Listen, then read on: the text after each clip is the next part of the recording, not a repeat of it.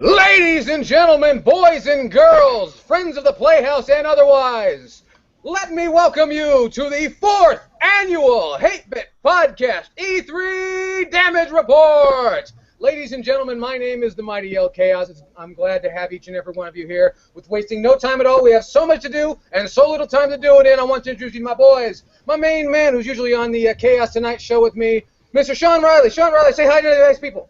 Hey, what's up, everybody?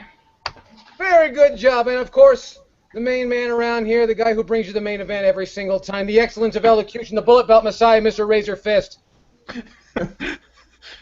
Godspeed, bitches. I'm more than the bullet belt messiah. Come on. I'm the metal. No? Great Cat? Fuck you. Fuck me. Anyway. Metal Messiah is a good song. I know that. I got the tape. That's how old I am. I got it on tape. With that fucked up makeup, you know what I'm talking about. And the man, the myth, the legend, the guy that you all came to see with the like 21.5-inch pythons, Alpha Omega Sin. The fucking Alpha Omega Gun Show and the 4th annual. Woo! Woo! I'm gonna start elbow dropping my fucking hoodie. Woo! Right in the middle of the ring. Woo!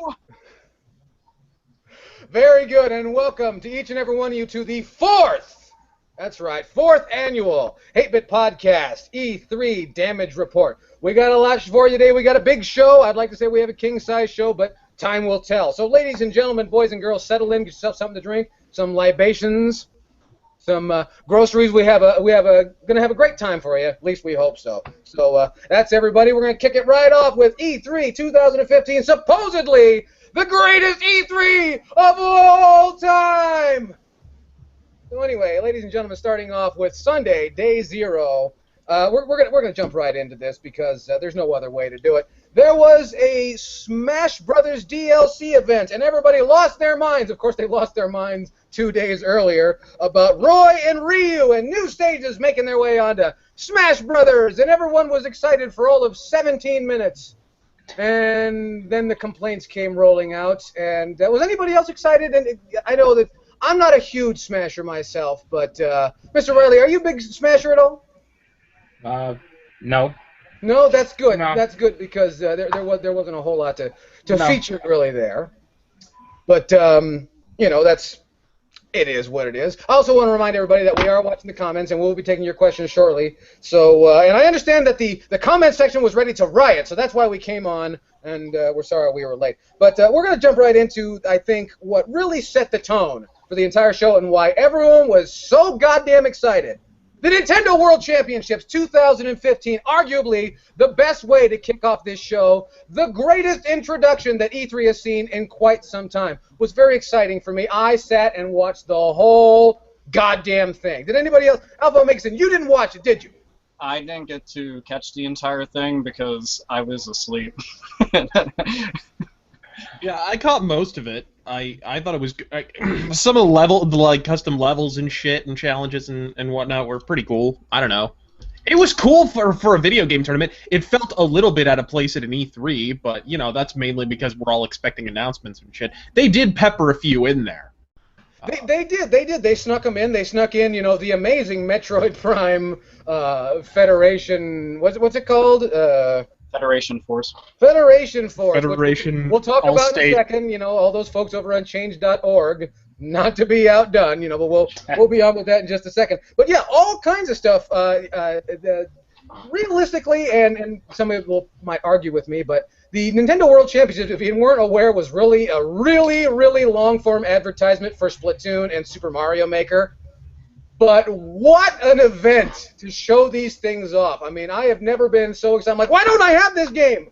And then, you know, it was just absolutely insane. And Mrs. Yell Chaos was, you know, she's dying for that Super Mario Maker thing. She's absolutely What we needed was we needed Fred Savage and we needed a Wizard 2, and they needed to go and announce like Super Mario 64 2, and just everybody's just like explosions. Fucking panties being thrown on stage, and just, oh man, you get fucking Peach and Daisy fucking scissoring in a crowd like this, crowd goes wild! We need a kid with a mullet, and we need the camera to zoom in on him while he says, "I love Mario Maker. It's so bad." Like, that's exactly what we were lacking. That's how you win an E3. Everybody's like, the Final Fantasy VII Remake. That's what you need. Nah, you need mullets, motherfucker. You bring mullets in, you bring the Wizard too. Bitches galore everywhere. Now that's how you do shit right there. Oh, Erections we were would not cease. We were chronically deficient in the mullet category this year. Goodness gracious. I feel like we were equally proportionately deficient in terms of the largesse of hipster glasses. It was directly and inversely proportional. I don't understand. What the fuck? Come on. Well, the only thing we can replace a few of those hipster glasses with mullets. I'm just saying. Just a little effort. Be careful, because then you start seeing them combined together, and trailer parks and Starbucks suddenly just become synonymous with one another, and everybody gets confused and doesn't know what to do. I say the only thing that really outweighed the hipster glasses was all the unexpected lisps this E3, but you know, Yeah. lisps notwithstanding, this was just a fantastic way to kick off this event, and I know it does seem a little bit out of place because this is usually something that's, well, it used to be. It used to be. E3 is changing. E3 has to change. You have to change because the gaming public has changed drastically, and this was a great way to really make it all about fun. Well, hold up. Before we transition, real quick, just for you three fellows, do you think that this will become a staple for Nintendo annually, that we will see them start off with the Nintendo World Championships every single year? I would like to say that they would be smart to do it because it doesn't look like it costs very much. That's the beauty of this whole thing. It was like a 3-angle shot. And, there was people that they invited some people to come out, and I'm sure all these YouTubers did it for free publicity, even though they couldn't, talk on a fucking stick if their life depended on it. But that's neither here nor there. I mean, I think when you don't really have, when you've moved away from having an actual press conference, it's a good way to retain the Nintendo presence at E3. It's a good way to keep the name out there, and you're also kind of making announcements, so it is a little bit of a press conference at the same time. It is. And there's one thing that I think that's important about this is that the Nintendo World Championships every single year can incorporate different games. If they decided to just put in anything that they want, like anything, it doesn't matter, just so long as it's Nintendo, that's an easy way to generate interest to an entire world of people that might not know or give a fuck about something, and then suddenly have this boom, sudden interest in it just because they saw it there. Plus, it's an interactive experience because all the Best Buys were doing it. And I thought that aspect of it was kind of neat for those that couldn't actually be there in attendance. Well, not only that, but there was also the instance of, and this was an interesting way. For instance, when it was introduced, it was Metroid Prime. Federation Force, but they introduced the Blast Ball aspect, the multiplayer aspect, or I guess it's entirely multiplayer experience, but it's interesting because instead of just showing you a movie, which is what a lot of people did this year, or just showing you a game and telling you you're going to like it, you got to see people with smiles on their face, excited to play this, and it immediately gets you thinking about, oh, well, I want to have a smile on my face, and there's nothing wrong with that, and I just think it was absolutely genius. But at the same time, it was very much a subliminal advertisement, and someone might want to argue with me on that, but that's obviously what it was. Well, everything at E3 is a subliminal advertisement. I mean, that's nothing new. Well, I mean, subliminal, if you want to call it that, that's fine. Yeah. Well, I think to take something out of the book of The Simpsons, I believe it was superliminal, actually. Well, it is definitely advertising. I mean, and like you guys said, everything there is advertising. At the very least, the minimum, it's something different than just a presentation of somebody up on stage playing something and with generic commentary that they obviously have fucking pre-scripted, or just old people trying to go and maintain your interest and focus while they present a fucking pre-rendered What are you talking about? Old people trying to maintain their bladder most of the time. God damn, did you see that Square Enix press conference? Hey, For Christ's sake, I think one of those they were guys trying to maintain a pulse Nebuchadnezzar's at the Square bro. Enix conference. Okay, Razor Fist, I completely disagree. They were wearing suits, we never saw the back of them, they obviously had a fucking camel hump of a fucking bladder bag strapped to their fucking back, so obviously that there was some leakage, but we weren't going to see it. They were primed and ready to go. I thought it was kind of odd that their tagline this year was the Colostomy Conference. That was odd. That was a strange choice. Yeah, when I first saw that, I was just like, well, what's going on? Then everything fell into place. Made total sense. But, you know, they use this event to really just kick the event off, and everyone with a goddamn smile on their face, and we crown the new champion. It's bullshit that he didn't get a championship belt. Not that the trophy wasn't a good-looking trophy, but that should have been a championship belt. You know it. I know it. Nintendo of America fucking knows it. And next year, there better be a goddamn championship belt. And Woo!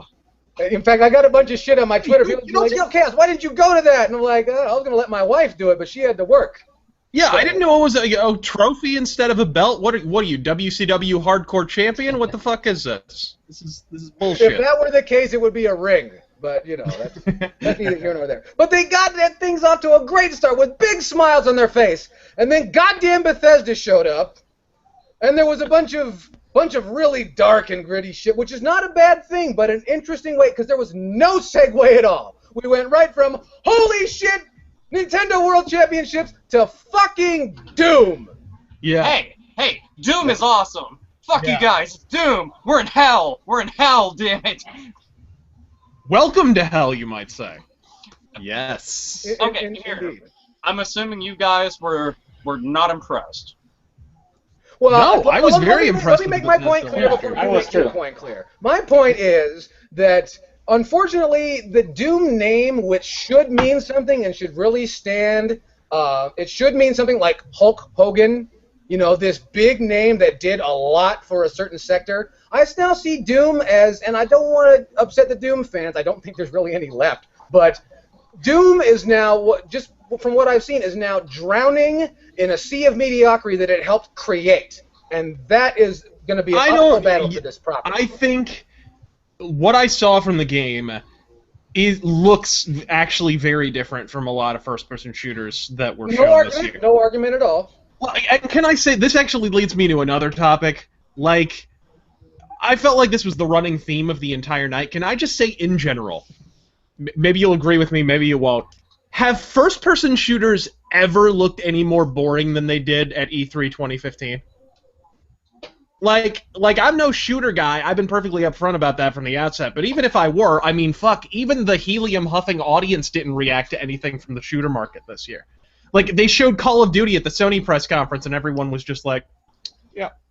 Well, nice. Okay, to be fair, Call of Duty shouldn't ever get any kind of a reaction other than, oh, it's that time.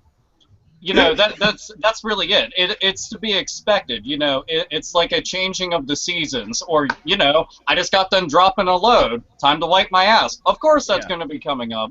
But, I mean, Doom doesn't happen all that often, and like Doom, you said, see, Doom is the exact reverse. Doom got a great reaction.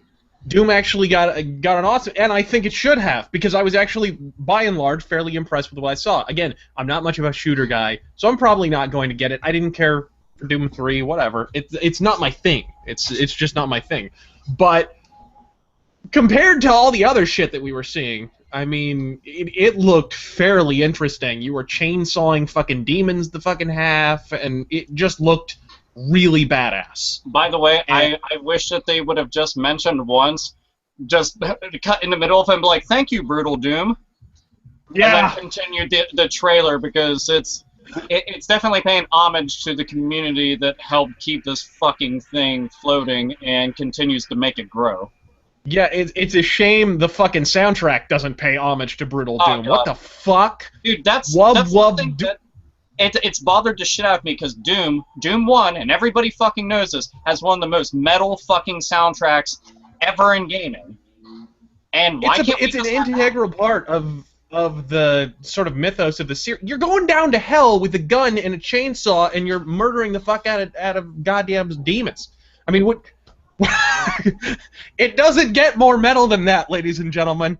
No, and you want to know what I liked about it was they had all the weapons looked familiar, all the enemies looked familiar, and Doom 3, I continue to defend that game, and I know there's a lot of people that just don't like it. I've always considered it its own thing, And for what it does, I think it does fairly well, especially for the time. Did it age well? Not so much, but it did well at the time. Yeah. Doom 4 goes back to basics. Big, sprawling, open areas. You have nothing but enemies just coming to go and gang rape the shit out of you, and you just have to go and thunder ammunition, rockets, plasma, anything right up their fucking ass. And that's what I wanted.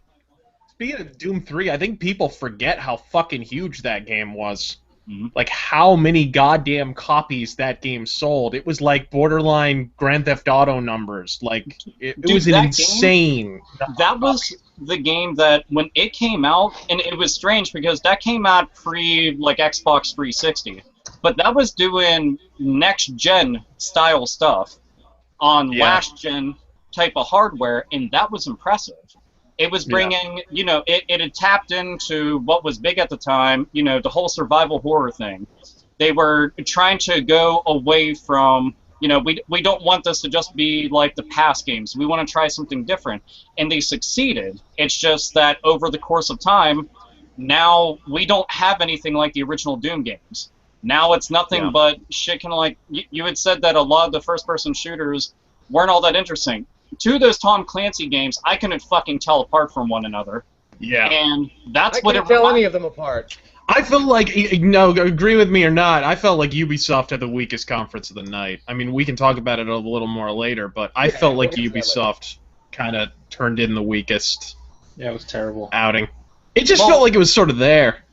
Well, Well, we'll in get general. to that. Plenty of time. Well, just to go and fucking finalize all the shit with Doom, I was really impressed with the, I forgot the name of it, so everybody excuse me for that, but the Doom modding tools that they have that are going to be not only on PC, but they are going to be on console. And that is fucking huge. They're kind of like, they're like soft modding tools. It reminded me of the Forge from Halo. Hmm. Kind of. It was basically kind of, you're in the level, but you're editing at the same time. At least that's the way it seemed to me. But that is still really cool, and that seemed to be a running theme throughout the conference. You can make your own levels and shit and customize your own, that seemed to be a popular feature. If there's one thing that PC games had taught me while I was young and now a full-grown ass man, is that PC gaming thrives through the modding community, and the community essentially keeps games relevant. Doom is one of those games that thrived in the modding community, and if you look, it's amazing. Like, fucking amazing. If people are like, man, Skyrim and all that shit, that stuff's impressive. Grand Theft Auto, that's impressive, but Doom was doing that shit for fucking decades. And that's what's cool, and now we're gonna see it on console, cross-platform, no less. And that's fucking badass. Your own modes, your own stages, that's badass shit right there. I still feel like it really says something about the Bethesda conference, who, by the way, hands down, I think Bethesda had the best conference of the entire event, personally. Oh boy, are we going to have an argument. I know, hands down, Bethesda, because they announced Doom almost to open the damn thing off, and then they still managed to top themselves with the Fallout 4 trailer. Well, yeah, and with the Fallout 4 gameplay, which Fallout 4 looks fucking incredible. Dialogue wheel and all, unfortunately. But that's pretty goddamn retarded, but I do think the game looks really damn good. Dishonored 2, fuck it, who cares? It looks like Dishonored 1. I'll be honest, dude, I know, actually, how do you feel about Dishonored 1? In general? I think it's fun. It just disappointed me because it was marketed as kind of a spiritual successor to Thief, and it really turned out to be more of a spiritual successor to BioShock. It's a fun game for what it is. If you like BioShock, it's great. But it doesn't stack up against Thief. It's not really I guess it's less about stealth than I thought it was going to be. Yeah. Well, I played through it. I've only completed the game once. But I thoroughly enjoyed it because it was a stealth game with superpowers, basically. So I'm just running around doing tons of crazy shit, and I kept on wondering why aren't more people talking about it. And I was happy to see, and kind of surprised, to be honest, that they were I doing didn't know if it was going to get... I think a lot of people didn't know if Dishonored was going to get a sequel. Because it did okay, but it didn't, set the world on fire. No. And And a lot of people criticized some of the gameplay and art style and shit. So it wasn't like it was this resounding creative and financial success. But I'm glad to see Bethesda, in their publishing division, are not as rigid and asshole-ish as so many other publishers in that they're like, oh, it doesn't sell 9 quintillion copies? Well, then fuck it. Yeah, that's a running theme with a lot of publishers. For anybody that's listening right now, if there's ever a thing that gets my fucking goat and pisses me off, is that when a publisher will oversee a developer and go and spend exorbitant amounts of money foolishly, and then the game does not make 5 times that amount because they don't have their fucking finances in order, and they consider something that sells $6 million to be a flop. No, you fucked up. Yeah. You know, ECW chance aside, they fucked it up. You have to hand it to Sony. You have to hand it to, like, Sony on this, at least. When their first-party games, like Bloodborne recently, which was kind of shopped as the first big killer app, I don't know why, it's more of a niche game.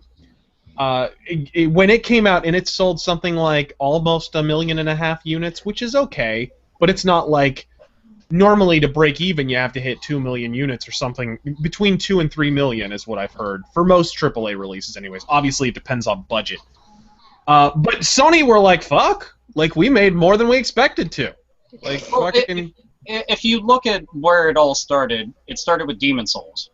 Yeah. You know, and Demon's Souls was a surprise hit, like a sleeper hit, truthfully. Yeah. I mean, most people go and try to attribute it to the original Dark Souls, but I always say, no, everybody forgets about Demon's Souls. I'm like, were you motherfuckers awake? You know, that shit came out. Thank Atlas, by the way, everybody. If you're fucking riding the dick of Dark Souls all the time, you can fucking thank Atlas, because if it wasn't for him, that shit wouldn't have come out. Nobody else was trying to back that pony. Yeah. So now we have that come out, and I'm glad, you know. Games don't need to sell 50 fucking million like Call of Duty for you to get a proper fucking sequel. It's ridiculous. Well, and not to mention you forget to factor in they cost far more than they really need to. But way fucking more.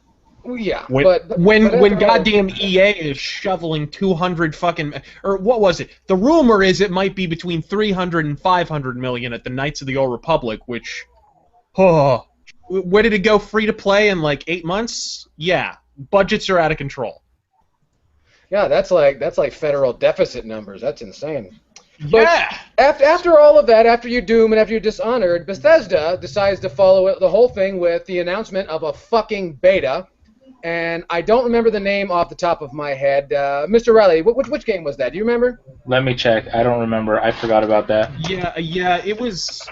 As you can see, we're a very prepared podcast. Yep. It was like ninja fucking. I don't know. It didn't really grab anyone. I remember it's pretty much the poor damn. I'm sure it's great, but the poor damn thing was sandwiched between Doom, Dishonored, and fucking Fallout 4. It was Battle Cry. Battle Cry. Thank you very much. Battle Cry. That was the one. That's actually something to remember, and is kind of overlooked by a lot of people, is the timing of an announcement during a press conference is very fucking vital. Because if you announce like some amazing ass games and then your follow-up is something no one gives a shit about, no one was going to give a shit all that much, but now the amount of shits that they give is somewhere in the negative. Some alternate fucking dimension, and even then you aren't going to be fucking fishing any of them out. Yeah, as soon as Todd Howard walks out on stage and with his fucking wall eyes and tells everyone sweet little lies, nobody's gonna give a fuck. There's no way. and then after that, unfortunately, Battle Cry dies a slow, wilting death, and then we are brought with Fallout 4, which Fallout 4. It looks like, you know, I want to say this. I was talking about this with my wife, and I want to bring this up. Who's hurting Buffalo? I don't know. It's coming from Sean. Sean, are you hurting Buffalo during the show? Maybe. He looked confused. He was like, "Where the fuck are these buffalo?" If you didn't know, Sean lives on the Hate Bit Ranch. And sometimes buffalo come through there. Yeah. But that's all right. We need someone to take care of those sorts of things. But after that, Fallout 4 looks like a very, very charming game. You know, the dialogue side, regardless of how you feel about it, some of the exchanges and all of that was very charming. But then you get into the combat, which is exactly like Fallout 3, which is exactly like Fallout 2, which is exactly like Fallout 1. And but I have to, in the interest of complete disclosure, Mrs. Yell Chaos has not stopped playing Fallout Shelter on the iPad since Sunday. Has not stopped. I mean, she's even playing it at work, so we might be poor soon. But has not stopped.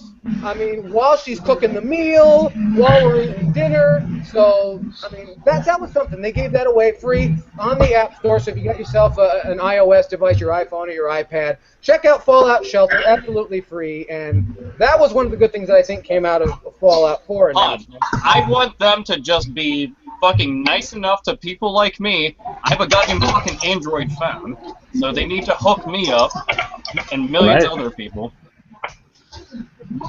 Huh? Well, not only that, but they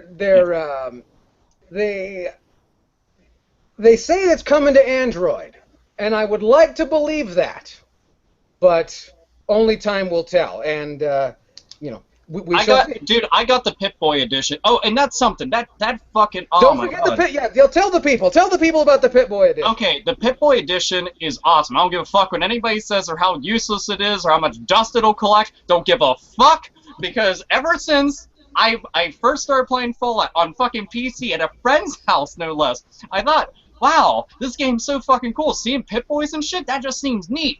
Right there on your fucking arm, right? I want to strap this fucking bitch right there and do that. That'd be fantastic, right? Well, they announced a limited edition that has a Pip-Boy that's compatible with it, and it works all together, and that's cool. Normally, I don't care about anything mobile at all, unless it's emulation, because, that's how you properly mobile game. But whenever I'd seen it, I was like, that's cool as fuck. And it ended up turning into a very limited edition and sold out the same fucking day it was announced. That blows. I hope that they end up making more so nobody gets left out in the cold, because that shit was getting flipped on eBay within hours. And that's... God, that fucking burns my ass. Are we gonna see at the Too Many Games with your initial smartwatch, the Pip-Boy going on? Is that what you? Dude, I want to. I don't know, because I've got the Note 4, and this thing's a fucking beast. It's big as shit. Like, look, compared to my fucking forearm, it's basically like a fucking. Hold up. There goes an Xbox, and there goes the fucking phone. Okay, that's the proof of fucking point right there. Shit's ridiculous. But yeah, I can't wait for that. Mr. Fister, how do you feel about Fallout 4?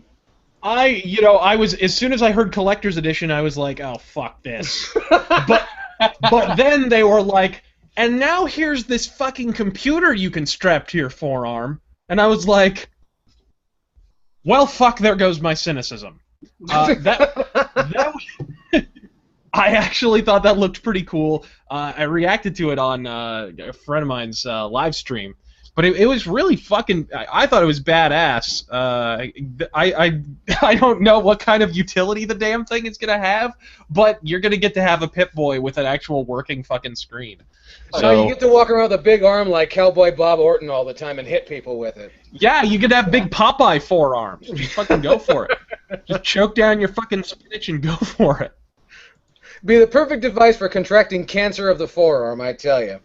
And after all of that, with Doom and Dishonored 2 and a beta, which is obviously them filling time, and Fallout 4, after that came The Bribe. After that, and this is something that did not need to be part of the conference, but they decided to tell the entire goddamn internet that everybody gets these fucking these figures, and it's like, wow, we're just absolutely bribing people to forget all of this stuff that didn't even need a conference. And that's when I wonder, this was Bethesda's first time out, and I wonder, did they really need a conference this time out? And I thought, I'm going to bring this up on the 8-Bit podcast. That sounds important. And then I saw I totally felt at the time. I actually agree. I think Bethesda had... I mean, it's great that Bethesda has a conference, but at the end of the day, they announced 4 games. And two of them we already knew existed. So, no, I don't think they necessarily needed a conference. Or at the very least, not one that goddamn long. It felt like there was a lot of padding. But fortunately, a lot of that padding came in the form of gameplay, which is more than a lot of the other conferences and so forth can say. So I like that. That kind of set the tone. As a result, I think we saw more gameplay at this year's E3 certainly than we have in recent years.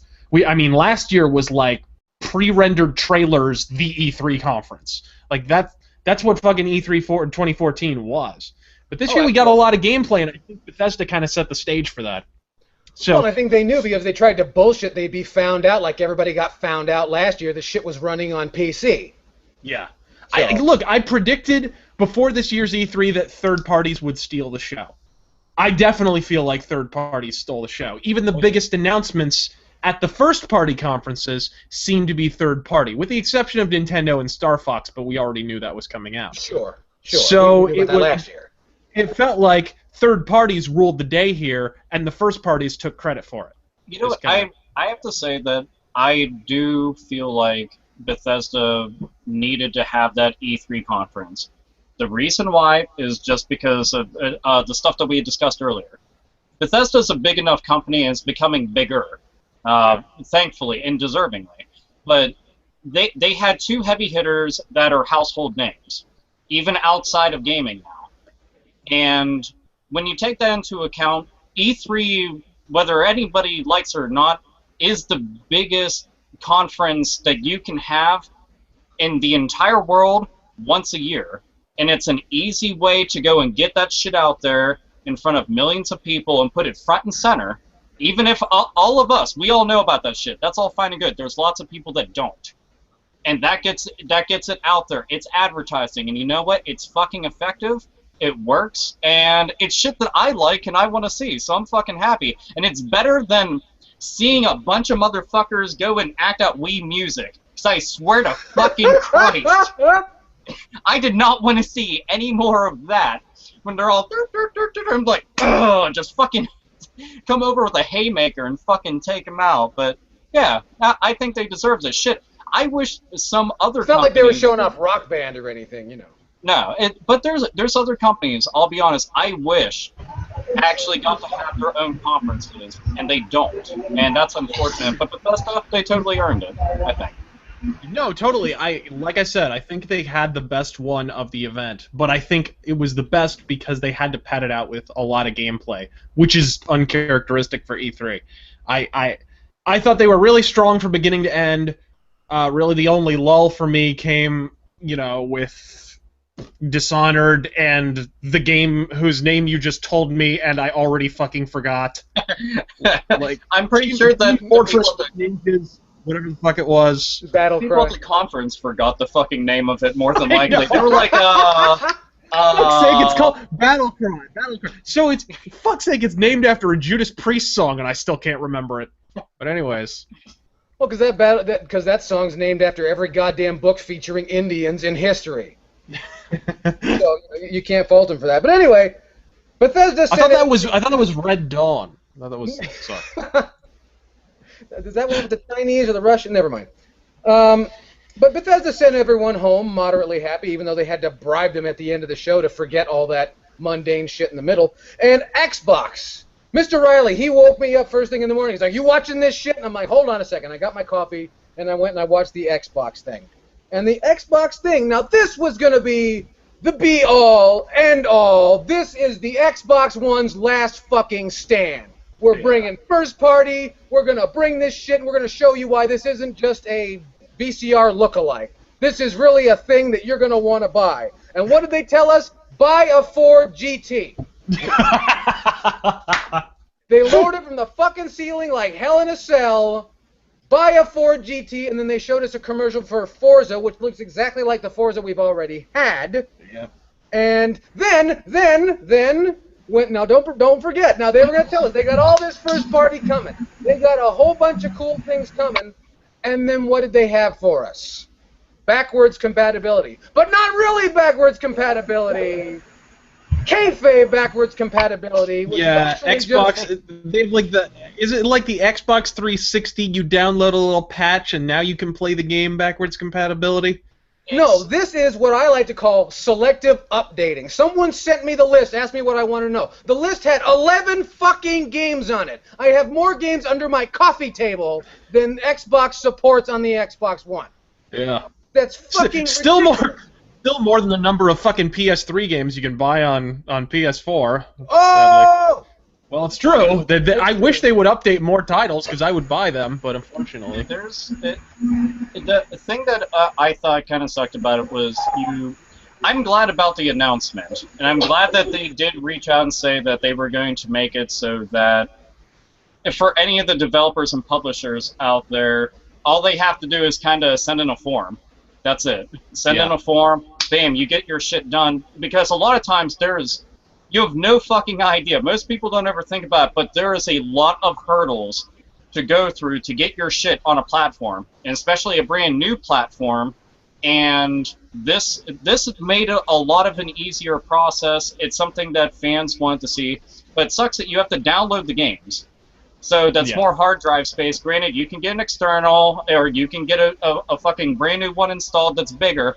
But the thing is, I already will have tons of terabytes worth of games already installed on there, and I already know delete shit. Well, fuck off. I don't want to have to re-download the shit, but it's an inconvenience. But at least it's happening. Well, one of the commonalities between the PS4 and Xbox One I've noticed is they both they both heavily feature the USB drive. So if you got a big ass flash drive or something, I'm sure you can download the fucking game to that or something. But oh yeah. Yeah, you can easily get like a 64 gigabyte flash drive right now for like $25-$30, and that's not shit. And I'm talking like the teeny tiny ones that are microscopic and don't take up any room. You won't fucking notice them. And that's not including externals. You can get like a 3 terabyte external for what, 120, 150, some shit like that. Yeah. And that's awesome. It just, for anybody that's got like a completely shit internet connection, which I know a lot of people with that, and if you live in the good old United States, lots of people have bad internet. AOL is still an internet provider. That should fucking tell you something, that we're not exactly all completely within the times, and if you're in the boonies, you're like, internet, I hardly know her. So, whatever. But we're still getting backwards compatibility. I'm glad. It's going to take time, because they did say that they planned on rolling out with 100 games within the first year, and then they were going to have hundreds thereafter. Just hoping I see, Lost Odyssey and Blue Dragon. Yeah. All I'm hoping is they don't just fucking drop it like they did 360 backwards compatibility after a certain point. There's so many fucking games that were on original Xbox that are still not supported on 360. For no goddamn reason. And games that have the same engine. Like Thief Deadly Shadows is backwards compatible. Deus Ex Invisible War, which has the exact same goddamn engine and was released 1 year before, not backwards compatible. What the fuck? Same. My real objection here is this is coming from Microsoft. I can play Police Quest. It's in the closet. I can play Police Quest from Windows 3.1 on Windows 7 tonight. Yeah. But I gotta jump through hoops of fire just to play Brutal Legend on the Xbox One? That's fucking ridiculous. Okay. To start off, anybody, just the opening of the fucking Microsoft press conference, anyone else weirded out by that stage setup? It was like they put a big Xbox logo in front of the fucking spaceship from Close Encounters of the Third Kind. I think it actually did a flyby and burned Richard Dreyfuss's face. What the fuck? Like they just put a big goddamn. I felt like I was watching Robot Wars or something. Or it was weird. But and then they brought some. They're like, they open up their conference and they're like, and now some chick you've never heard of.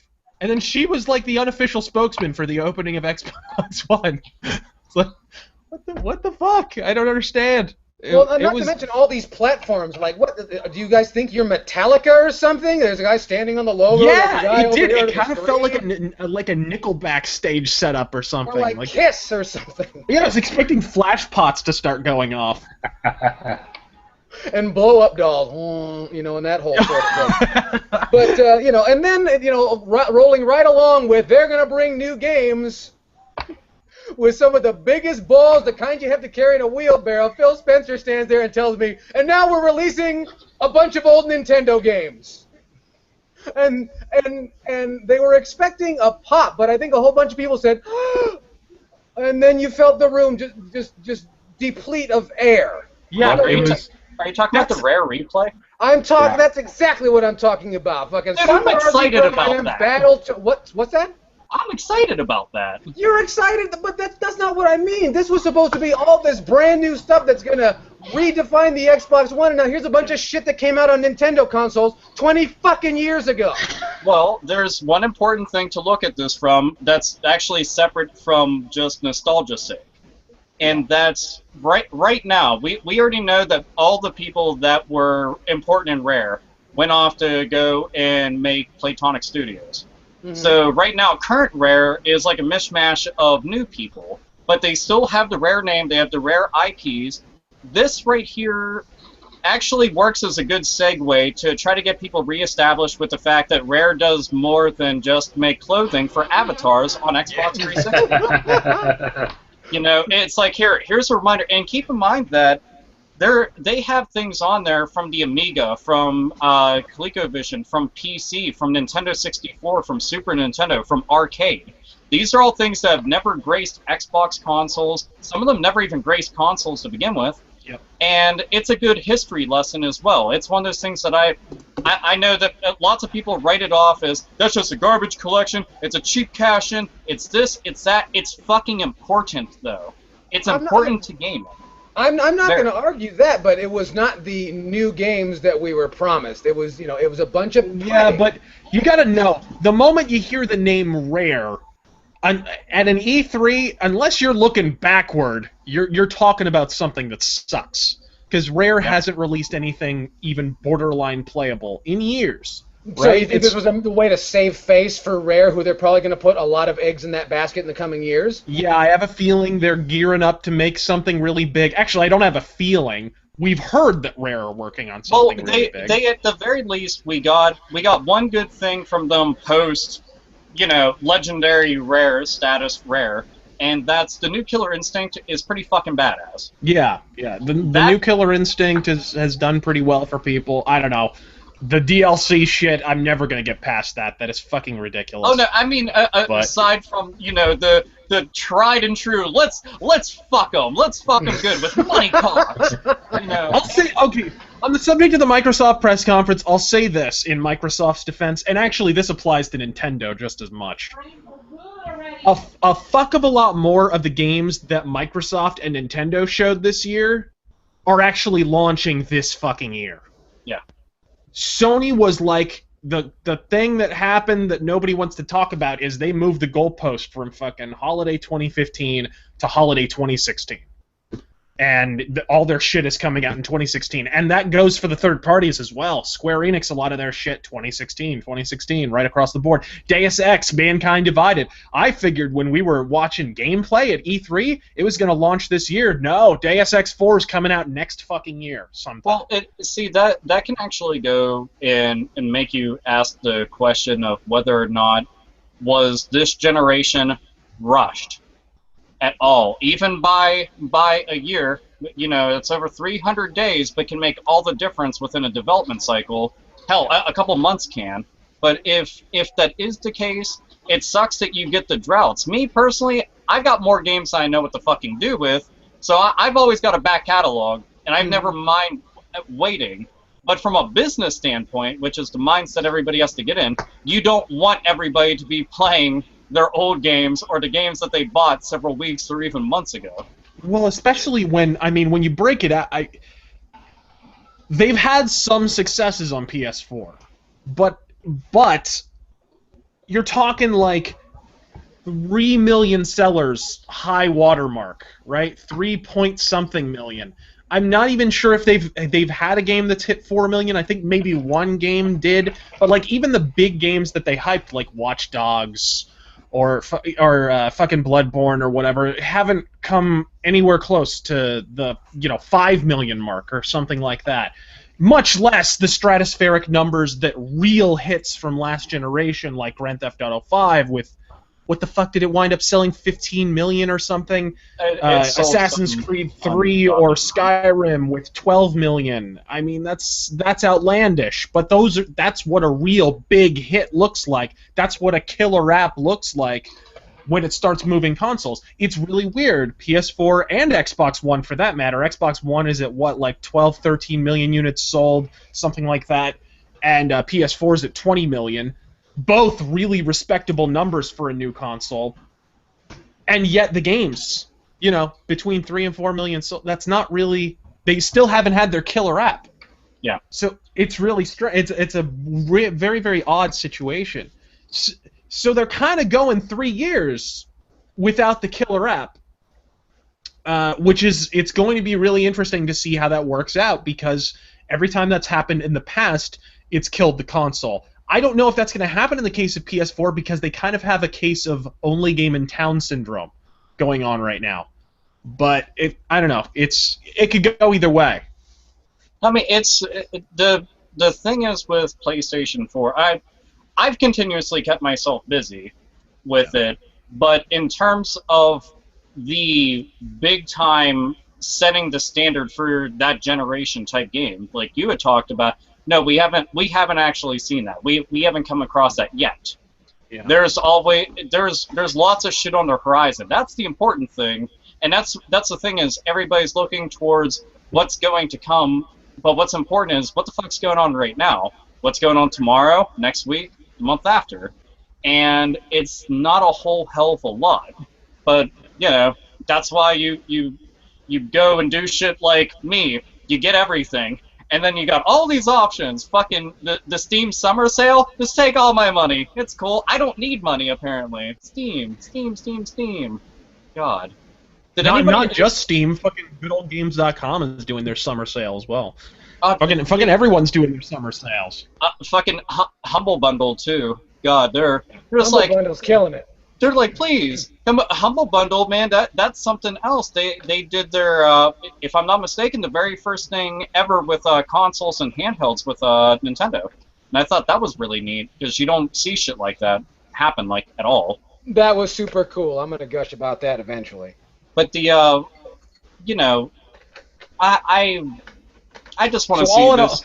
All in all, what do we think of the Microsoft press conference? Well, there's more, because there were good things that happened. No doubt about that. What about Gears of War 4? That's not what I meant, but all right. Okay, I'll be completely honest. I only played the first Gears of War. Oh no, I'm sorry. I played Gears of War 1 and 2. I didn't play 3. Everybody can fucking shoot me in the comments later or something. But I wasn't ever as big into it as a lot of people I knew personally. But 4, from what they were showing, and I was actually comparing it, it kind of reminded me of Uncharted. Just with like some of the shit that they had going on, it was more going for set pieces and going for a cinematic vibe.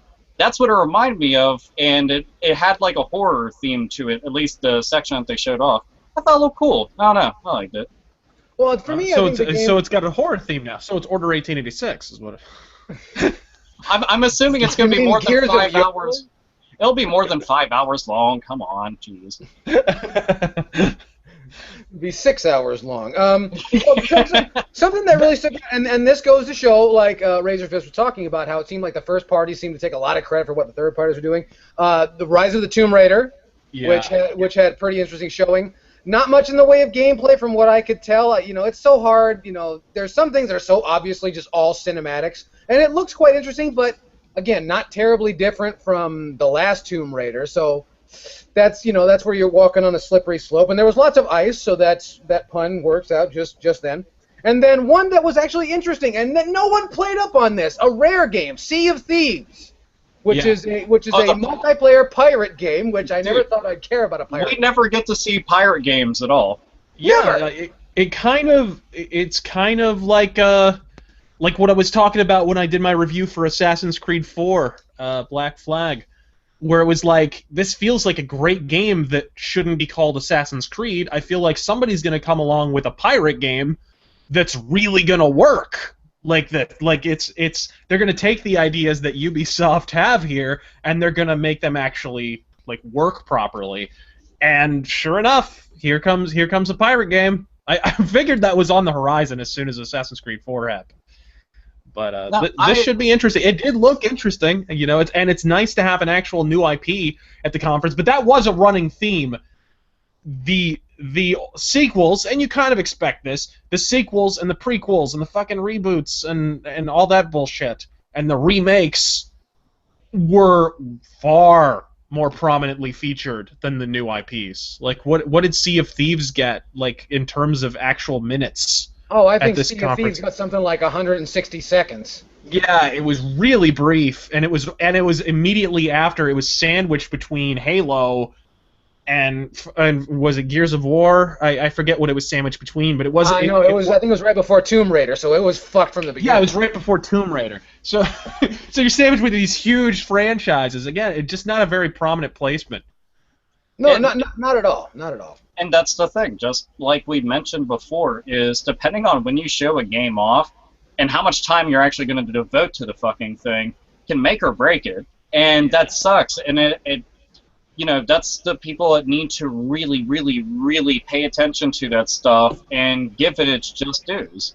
You know, I don't want to see games like that get thrown to the back because a fucking multiplayer pirate game is different. We don't have that shit all the time. It's not Upteam's fucking million modern first-person shooter. You know, yeah. Thank fuck. And that, by the way, the fact that Rare's making it, that's the reason why you do the Rare collection. That's the reason why you make that announcement. Absolutely, absolutely. It's just, you know, they spent valuable E3 time to tell you about something that really should have been like an email update or a Facebook special. Well, you guys gotta at least admit right now, but Microsoft's conference, and it made me so fucking happy. We weren't talking about it. We weren't talking about TV over and over again, and sports and Doritos, Mountain Dew, the fucking water cooler. Top 10. Yeah. I mean, Xbox One has all these multimedia features, which I understand you have to distinguish yourself, and the PS4 is really sparse on multimedia features. Like, I get that's the way you distinguish your brand, but people already know about that shit. So why not talk about games? And I feel like for the first 2 years they were struggling against that compulsion, and this year they finally steered into the video game skin.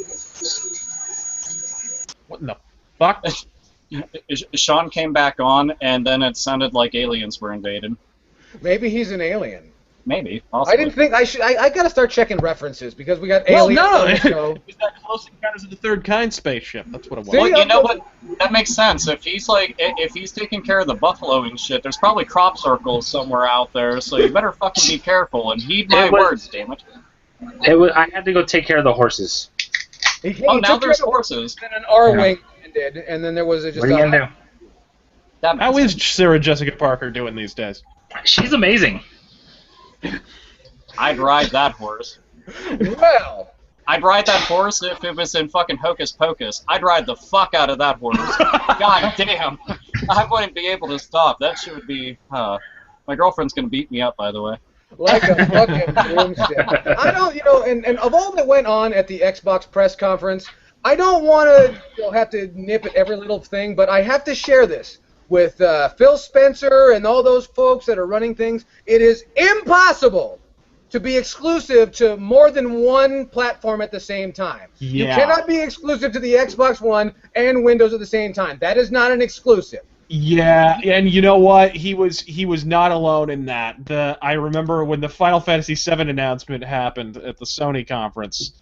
He was like, and we're proud to announce it's PS4 exclusive for 5 minutes. Like, he tried to hold on to the PS4 exclusive so that people would be cheering by the time he got to the second part. No, he does one of these. He's like, and it's PlayStation 4 exclusive.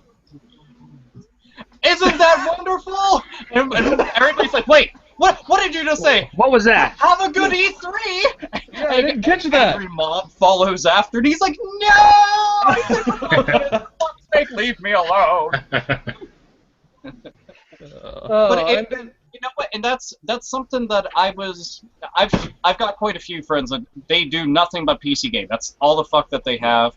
They don't give a shit whatsoever about consoles because they're like, meh, if I need it, I'll borrow it off you. And I'm like, good point. So they ended up saying, they were like, dude, so what the fuck? And this was a conversation I had. What does Microsoft have that's exclusive to just Xbox One? I'm like, what do you mean? They're like, well, all their games are on PC too. Yeah. I didn't know how to answer. So it's like, yeah, that's the well, problem. Fuck. That's always been an Xbox issue, though, and this goes back to the original Xbox, because they were a PC gaming company to start with. Yeah. So they've never quite wanted to abandon their PC fan base, and it's almost like they're caught between a rock and a hard place, because if they make it just Xbox 360 exclusive, which has happened very rarely, then they're kind of lifting the finger at their longtime PC fans, of which I am one of them. I mean, I love fucking Starlancer and Freelancer and MechWarrior and all the great fucking PC. I think they're a much better PC developer than a console developer. So it's kind of they're stuck in a shitty place. You know, Sony don't have any obligations to the PC market. And the shitty part about it is PC fans don't give them credit for that. They just bash them for not having console exclusives. Well, It's utter bullshit. There's one thing Gamers that are benefiting. we actually didn't get to talk about. As a matter of fact, I don't see people talking about it a lot, and I think this is really, really good. With Windows 10, especially anybody who's been in the beta using the new operating system, which is fantastic, by the way, especially because it's what Windows 8 should have been. But they're trying to make it so that Windows 10, it's gonna work on your phones, it's gonna work on your tablets, it's gonna work on your Xbox One, it's gonna work on everything. And I felt like you were building up to a Howard Dean yell there. It's gonna work on your tablet. It's gonna work on your phones. We're gonna go to Minnesota. Wah! Eventually, it's gonna work on it's gonna work on our refrigerators, and it's gonna work on our washers and dryers. It works on your refrigerator. But the idea that they're going to be doing stuff like that makes me happy, because one of the things that's always been a long-standing problem with a lot of the consoles is the UI and how it ran. If you're going to integrate Windows 10 features into it, now all of a sudden the things popping up on PC, you have PC gamers on Windows 10 and Xbox One players, eventually they'll be able to start playing against each other. We haven't seen shit like that, and that's amazing. And that's down to Microsoft's experience with. They're the most experienced of the three big companies in terms of doing online gaming. They were doing MSN Gaming Zone in the mid-90s. I mean, they've been doing this for fucking years. God damn, dude, that threw me back. I even imagined the MSN logo, the little fucking butterfly and shit, and I was just like, oh. I loved some MSN Gaming Zone. I did. Dude, I still fucking remember trying to tell somebody, but you see, I created this on a Hotmail account years ago. That shit doesn't exist. And they're like, what the fuck's Hotmail? And I was like, exactly. Yeah, it was right around the time I made my Angel Fire page. Hey, I did. I fucking did. And I made numerous websites on Hey, Angel fuck Fire. your Angel Fire. GeoCities rules, son. No, but GeoCities is actually where I made better websites, because you didn't have to learn all the coding and shit. It was lots of drag and drop. That shit was Dreamweaver before Dreamweaver, and I was like, boom! definitely throw out Lycos references. Master Race. Holy shit! Oh my god! Now I want to bring back all my fucking fan sites where I was like, yeah, but look at these animated GIFs. Boom! You bitches don't know about site design. So GIFs. You had like the cheesy like MIDI music playing in the background of like a Linkin Park song or something. No. I have actual taste. I have taste. Yeah. Even back then, I realized that they were fucking puckered butthole soup. So now I'm just like, Lincoln Log. People listen to that? Jesus fuck my Christ, that's embarrassing. and in the comments, but I listen to Linkin Park. Well, fucking stop. Yeah. God. I wouldn't say that out loud. Wait. I've just been notified via Twitter that MSN Game Zone is still alive and well. Is it? I had no idea. I didn't know that. Wait, hold on. Hold on. Amazon Game Zone is still alive. I think we need to reacquaint ourselves with the concept alive and well. So does it hang there's out in two a sort of parts to retirement home Okay, as I'm AOL? sorry. Alive and terminal. Anyway. All those IVs hooked up at once looks like a fucking marionette. It's amazing. Yeah, just because you haven't passed away doesn't mean you're living. But the one thing that we have to bring this out, and I want to get this in before I forget, is that that HoloLens thing looks really fucking expensive, don't it? Yeah.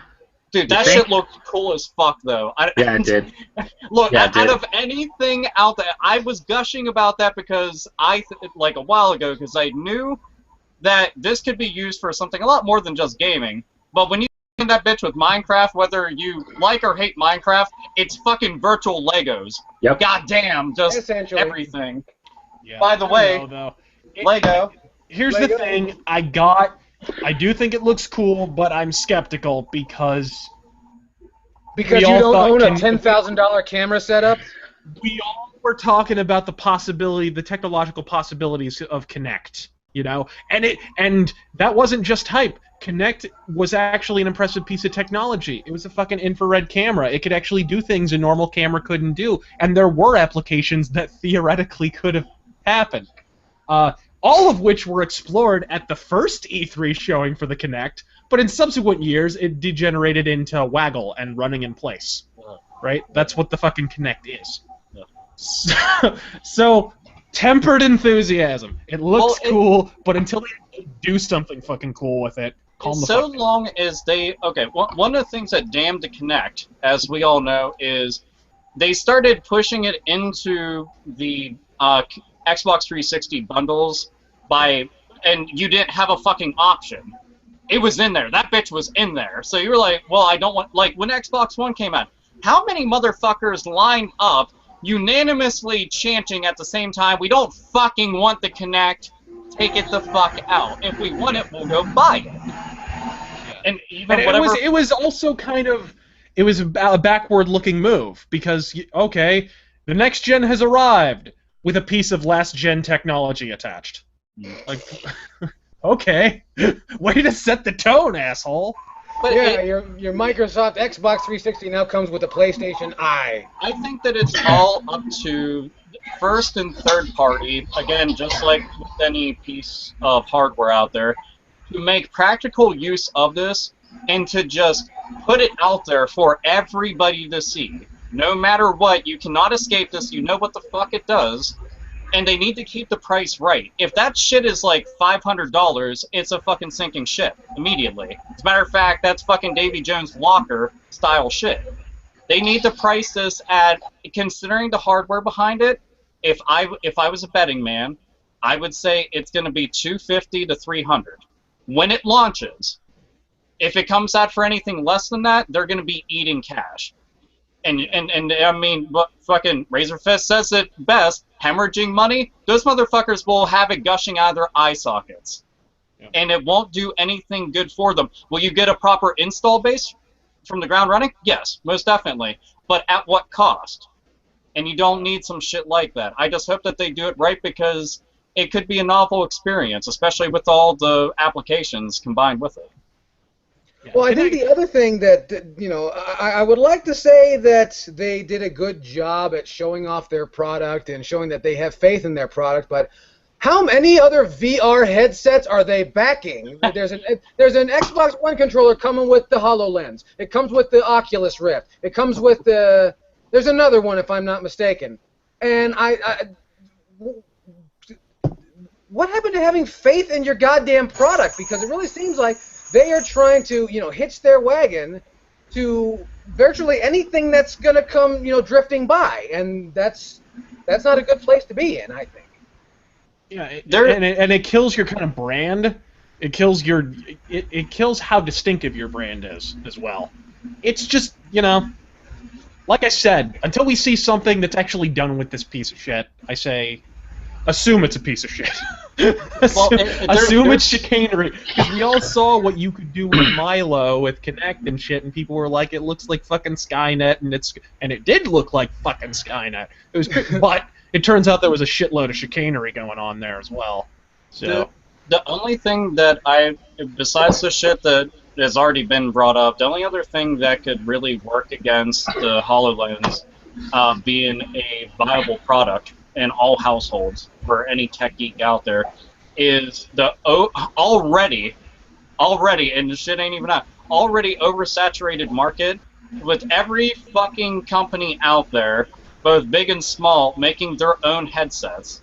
Yeah. And there's, and you can argue that, hey, look at like the console market, look at the phone market. There's room at the mountaintop. There is, but typically that's room for 2 to 3 tops. Well, yeah, and that's the thing. Microsoft have already they've already inked a deal with fucking Oculus Rift to begin with. They're technically competing against themselves. Yeah, and that was saying everybody was bringing up that oh man, they're actually killing off the idea because they're doing stuff with the Oculus Rift. It was like there's no fucking way that they spent this much money, this much time into it just to go and give it the X. But they're trying to make sure that their software is incorporated everywhere, and their hardware, which will also incorporate that. But it's like, man, you're painting yourself into a corner. You can't have the best of both worlds at to a certain extent. You gotta compete, even at a cost. No, absolutely, and that's just the way it's young, so we'll see. But it just seems like, as I said, they're just trying to hitch their wagon to everything that'll go by, and it just, as Mr. Fisk said, it makes you look like desperate. You know, it really does. It makes you look like a whore in Omaha. You're just trying to. Hey, that sounds like a good time. I don't know why you're bashing it, but you apparently never been to Omaha, Nebraska. But anyway, and then they wrapped it up. Came towards the end with Cuphead, which I thought was very unexpected. This 1930s King Syndicate-styled animation, a horizontal shooter, and very interesting. Did anybody else get a look at that? No? No, I've been seeing it everywhere, and I was glad to see that it was getting some semi-mainstream notoriety, because that was looks cool. That was probably the most prominent featured new IP of the conference, honestly. Probably the most hipstery one of all of them. Yeah. The hipstery throwback thing. Well, a lot of those indie style titles, they've been look at the past, I don't know, like 5 to 10 years. Indie games have now gained momentum to the point that they become the must-have game. And there's no way that you can just sit there and ignore every single one just because it doesn't have a AAA budget or a publisher backing it. And this is one of those style games. And I think it's cool to see shit like that. These are the kind of games that I'm downloading on Steam all the time and trying out and playing the fuck out of. And I'm just glad to see it out there on at E3 during a fucking Microsoft conference. That's big shit. Yeah. Yeah, no, and it's very cool. It was just it was. I hate to with Doom and so far a whole bunch of shooting games. Even though it is a shooting game, it was a breath of fresh air in its own little way, and I think that's something special. And then there was there was good news at the end of this whole thing. And Alpha Omega Sin, I'm going to steal this from you because I think I can, is that the best news was that there was no Kinect. The Kinect does not fucking exist. We didn't talk about the Kinect. We didn't hear about the Kinect. We didn't even look at a picture of the goddamn Kinect. The Vita got more airtime than the Kinect did. And I think that's a really cool thing. I think that's kind of special. And also being very special is that they had the nerve to call this. They wrapped the whole thing up with the best Xbox lineup ever. I've never seen such a tepid reaction to the best lineup ever. It was really a grandiose, very big-headed statement, and then they followed it with Xbox jump ahead. Yeah, right off a fucking cliff. Yeah. This was the end-all, be-all. Is that right, Mr. Fisk? Was this the best lineup ever? Yeah, no. Not software-wise. I thought Microsoft had a respectable press conference. They did okay, but it did feel like treading water. And all of their biggest announcements pretty much of the show were third-party in nature, just like pretty much everyone else, honestly. Like I said, I feel like E3 2015, the theme is third parties stole the show. And everyone else was like, 100%. We thought of that. Like, we're publishing that. We get, a timed exclusive for that. Like, it really... It didn't feel like first parties were king shit of Turd Mountain anymore. See, but that's one of the things that why I think it's important. I wish that some of the third parties were more prominently featured within their own separate press conferences, is because just imagine if you took Microsoft and Nintendo's press conferences, take away the third-party offerings that they had showcased on there, so they would have had like about 15 to 20 minutes. I just killed them off. Anyway, they'd have about 15 to 20 minutes, respectively, worth of shit to show off, and then the rest of the time, thumbs right up the asses in front of the general public, and they're like, well, so we built this stage. Seriously. And that'd be it. But I'm not complaining too much because the third-party offerings fucking rocked. So I was happy. I'm like, hey, you know, so long as it's good for the consumer, that's all that I give a shit about. Well, and that's what we really hope for. And then after that, the fine folks at Electronic Arts decided that they were going to have a conference. Remember how we talked about Bethesda? Probably shouldn't have thrown a conference of that length, of that size, at their very first time at E3.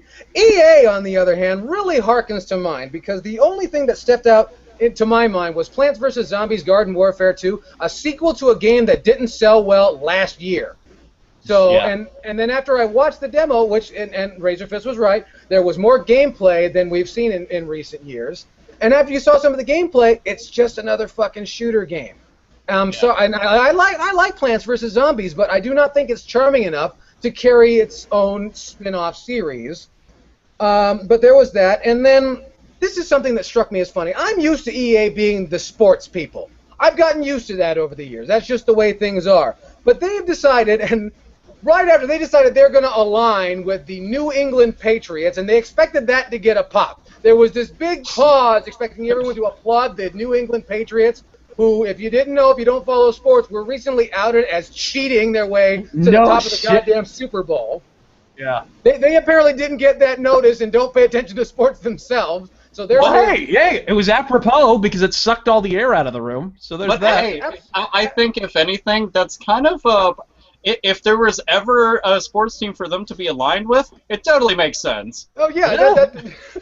They were just outing themselves. They're like, "Fuck it, this is our crew. You don't like us? Fuck you. We'll cheat our way into something." Yeah, we fucking love cheaters. And what did they follow that up with? They followed it up, and I thought it was going to be Madden. I'm like, oh, we're getting another fucking Madden. But apparently, they're coming out with, and I don't know how to quite describe this to the people that like real video games, but they're coming out with a fantasy football game. Ooh. A fantasy football game. Like, football games are not, casualized enough. We've got fantasy football games who are for only the most hardcore of lazy asses. This has to appeal to the people that watch people play cards on television. These have to be the people that is the demographic for this kind of game. The kind of cats who get satellite TV just to watch shuffleboard tournaments in fucking Malaysia. Yeah. Yeah. The kind of guys that actually watch curling. Those kind of guys. Curling! That's curling is Canada's joke to the world. That's what curling is. I don't know. The broadest joke is that they got other countries to do it. I feel like EA's conference is kind of tied with Ubisoft's for the two weakest. I felt like they were both just sort of okay. I think EA wins because this one was spectacularly weak. This was a weak spectacle. This was just the absolute spectacle of the mundane. These are you're right. It kind of was like this big, pompous crescendo building to a spider fart. That's what it was. It was just a little squeaky little fucking balloon fart is all that was. Oh, yeah, and just zipped right out the room. These are the people that dedicated 20 minutes of a video game press conference to interview a guy that played soccer 25 fucking years ago. Well, hey, they were in California. They know their demographic. Yeah, but none of those people were in the audience. There's a whole bunch of white people looking at their iPhone wondering, I wonder if that Fallout game's still on here. That's exactly what it was. And now, I don't want to take away from what Pele has done for the sport of soccer, but number one, I'm an American, and you're lucky I'm even talking about soccer, first and foremost. Number two, we had, and For those of you folks that don't know how E3 works, and because you don't see the cameras, you don't see the sound people, you don't see the lighting people and the grips and all those people, you got a lot of people, a lot of folks making union wages to film some asshole talk about soccer. They weren't even talking about the FIFA game. They didn't mention the game throughout the whole goddamn interview. And they went like 25 minutes over. Like, they fucked over Jeff Keighley, which is a good thing. Anytime you fuck over Jeff Keighley or Adam Sessler, that's a good thing. Yep. Speaking of Adam Sessler, I hope to meet Adam Sessler so I can tell him how much I love the Magic Eraser. I just wanted to throw that in there. Here. I'm going to be the person that brings some positivity to the EA thing, because that's me. I'm going to be the counterweight. Unravel, Star Wars, and Need for Speed. That's what I gave a shit about, but I already knew about Need for Speed. I forgot Unravel was a surprise, admittedly. A big-time surprise that I wasn't expecting at all. And Need for Speed, I'm a sucker for the old Need for Speed games. Like I say, not the run. Never the run. If it's ever like the run, I'll have the runs. So I don't ever want to see another fucking thing ever in the known goddamn fucking universe known as the run. So we can't do that, ever. Thank you. I'm not going to fault you on that, but I want to know something. I want to know something for my own satisfaction, and you guys, if you can fill me in, I'd really appreciate it. Why was Kirby's Epic Yarn stupid and childish, but Unravel was innovative? Okay, here, I will tell you. I will tell you to begin with. One, I've got Kirby's Epic Yarn sent over there fucking proudly, because I got within the first couple months of its release. That game is fucking amazing. Mm-hmm. And I've been defending Kirby games for fucking years to all the detractors who only bash it because it's a Nintendo game. It's meant for kids. You fucking empty-headed shitheel. Shut the fuck up.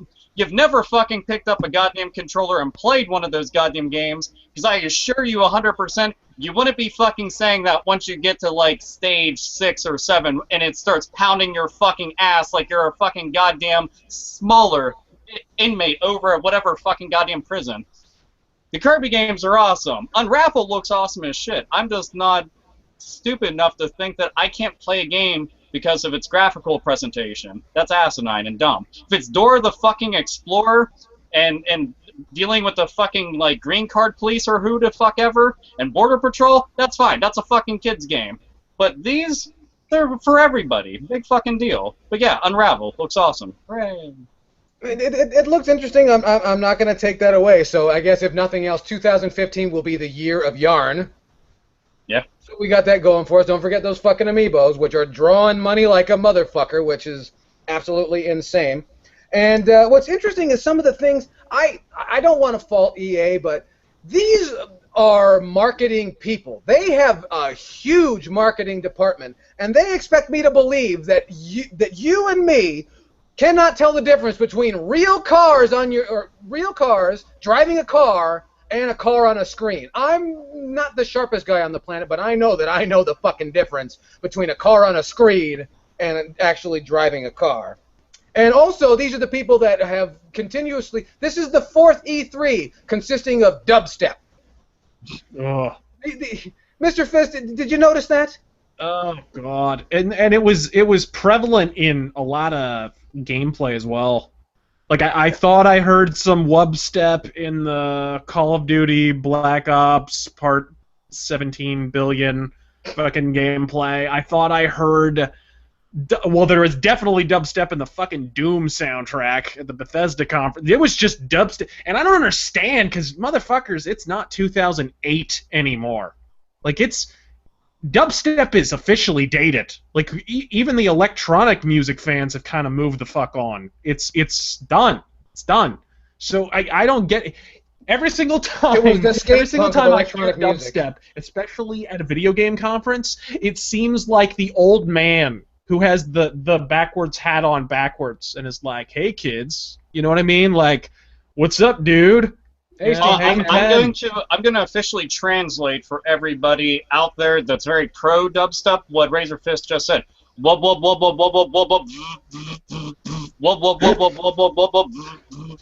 sounds like a fucking car that won't turn over. No, you forgot boo. Oh yeah, my bad. And I also forgot my fucking MacBook Pro while I'm down in some dingy fucking basement in front of 15 fucking people that don't know why they're there, but that fucking acid they took sure is kicking in. Yeah, it's sorry. God damn it! This is the last time I dropped my belt sander in the toilet. Like this is. If only they could just drop the belt sander onto themselves, and things might be taken care of. But it's oh, by the way, somebody. I just want to get this off my chest. There's quite a few people saying the fucking anything with yarn and paper and all the other shit and those kind of games are gay and stuff.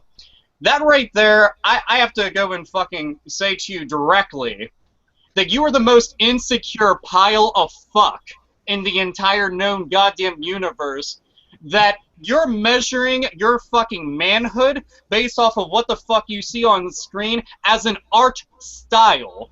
Come on. And you're fucking offended by it. It's fucking pathetic. Let's be honest.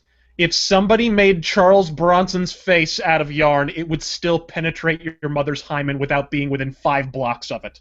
Okay? And it would yarn be fucking does awesome. not matter. It's just the medium. It's what's conveyed through the yarn. Dude, that shit gets me all the time. Is a game like Kirby's Epic Yarn, that shit graphically is gonna fucking hold up for years. All you little fucking twats that are out there having your little fucking jerk fest with your fucking tweezers, tugging your fucking little beef whistle to whatever game out there that's pushing the fucking graphical envelope of realism that looks like shit 5 fucking minutes later, because guess what? PC did it fucking better right after that with whatever fucking mod that showed up, and then all of a sudden, the shit that you like doesn't look all that fucking hot anymore. So take your fucking hot garbage that you're fucking spewing and go and blow it out your ass, you fucking chump. Take your fucking 30 Shades of Grey art style and your fucking horseshit. Step off the goddamn bandwagon and try something with fucking color on occasion. Jesus Christ. Oh my god, the fucking color wheel's being tapped into! A color palette that goes beyond browns and grays! So I don't have people fucking shitting on rocks as my only goddamn fucking color sense that I see on screen. I bought a 4K fucking TV. I don't want to see 2 fucking dingy colors. Sorry, my bad. Idiots, man. I swear. Well, that's just the nature of things. You know that. But and you know, if you notice, and if you look at what we've already talked about, what Bethesda has done, what Xbox has done, what EA has done, color is coming back. Of all the things that we've said in the community for years, they're bringing color. They're not changing gameplay styles. They're not changing marketing strategies, but they're giving us color. So That's it's all the pretty motherfuckers like me. You remember when Killzone Shadowfall was announced and everyone Yes, was I like do. everyone was like green? Green? Red? Is that green in Killzone? Is that Are you a wizard? Fuck, reds and blues? And it doesn't have to do with, like, the sky?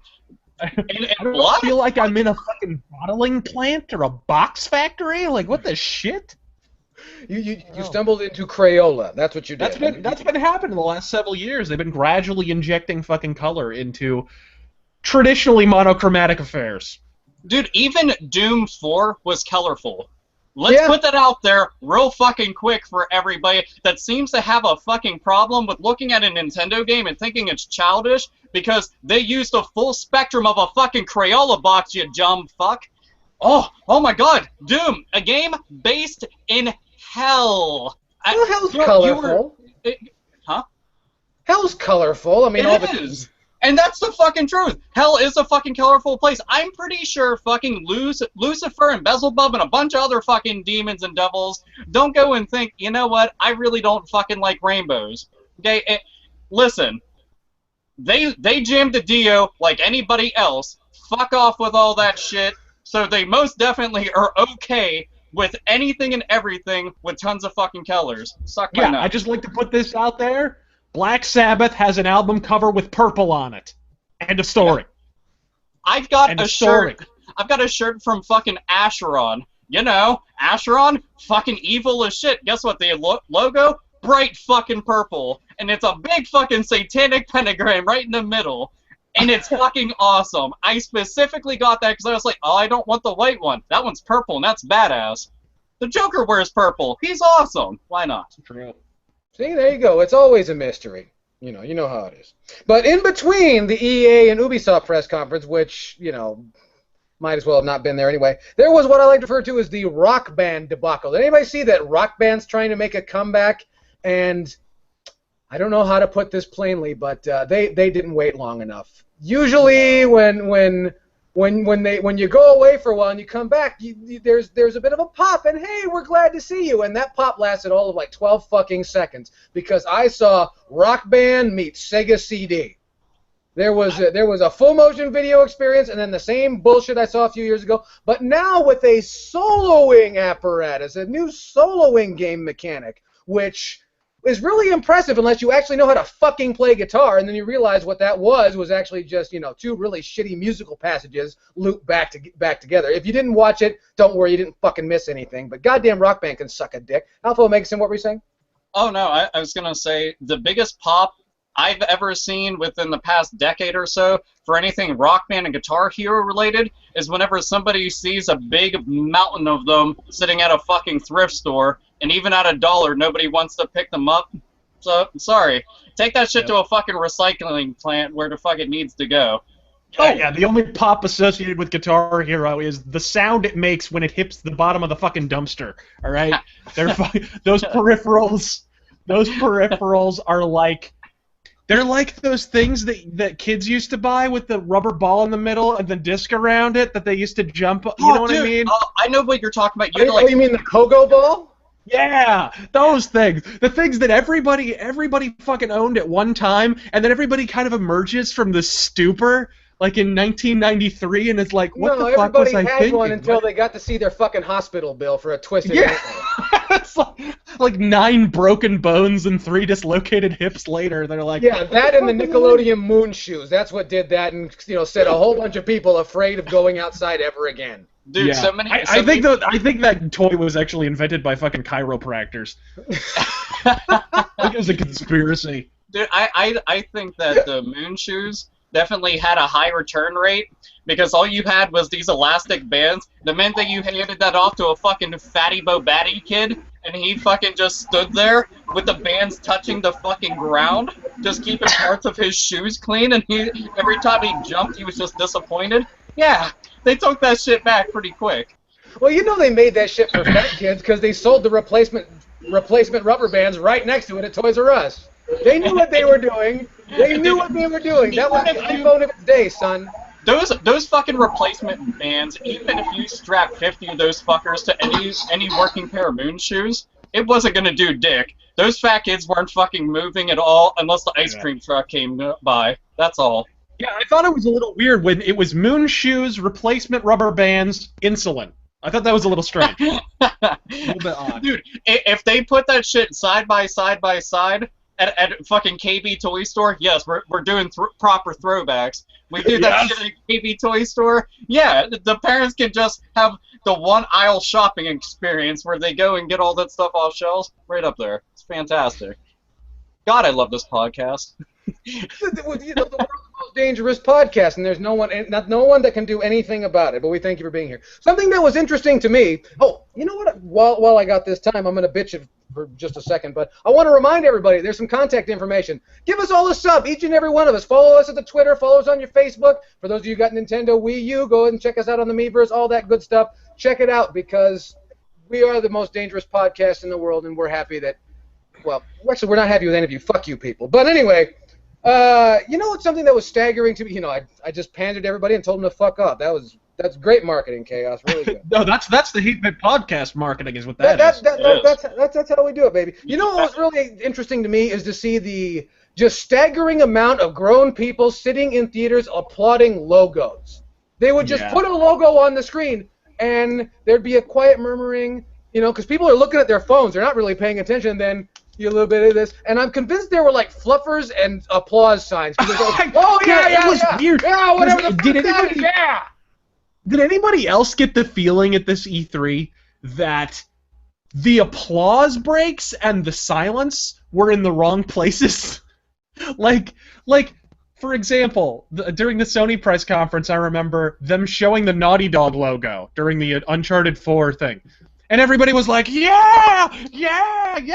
And then there was this obvious moment in the trailer where they finally reveal Nathan Drake, and he turns and looks at the camera and he pauses for a minute, and clearly you're all supposed to applaud. Nothing. Nothing. And then the demo crashed and they started it all over again. And then they crashed. I don't think that was an accident. I think that was a reboot because they're like, no, we're getting fucking applause on Drake. That's all there is to it. It's like, God damn it, we are going to hammer it over. Applaud.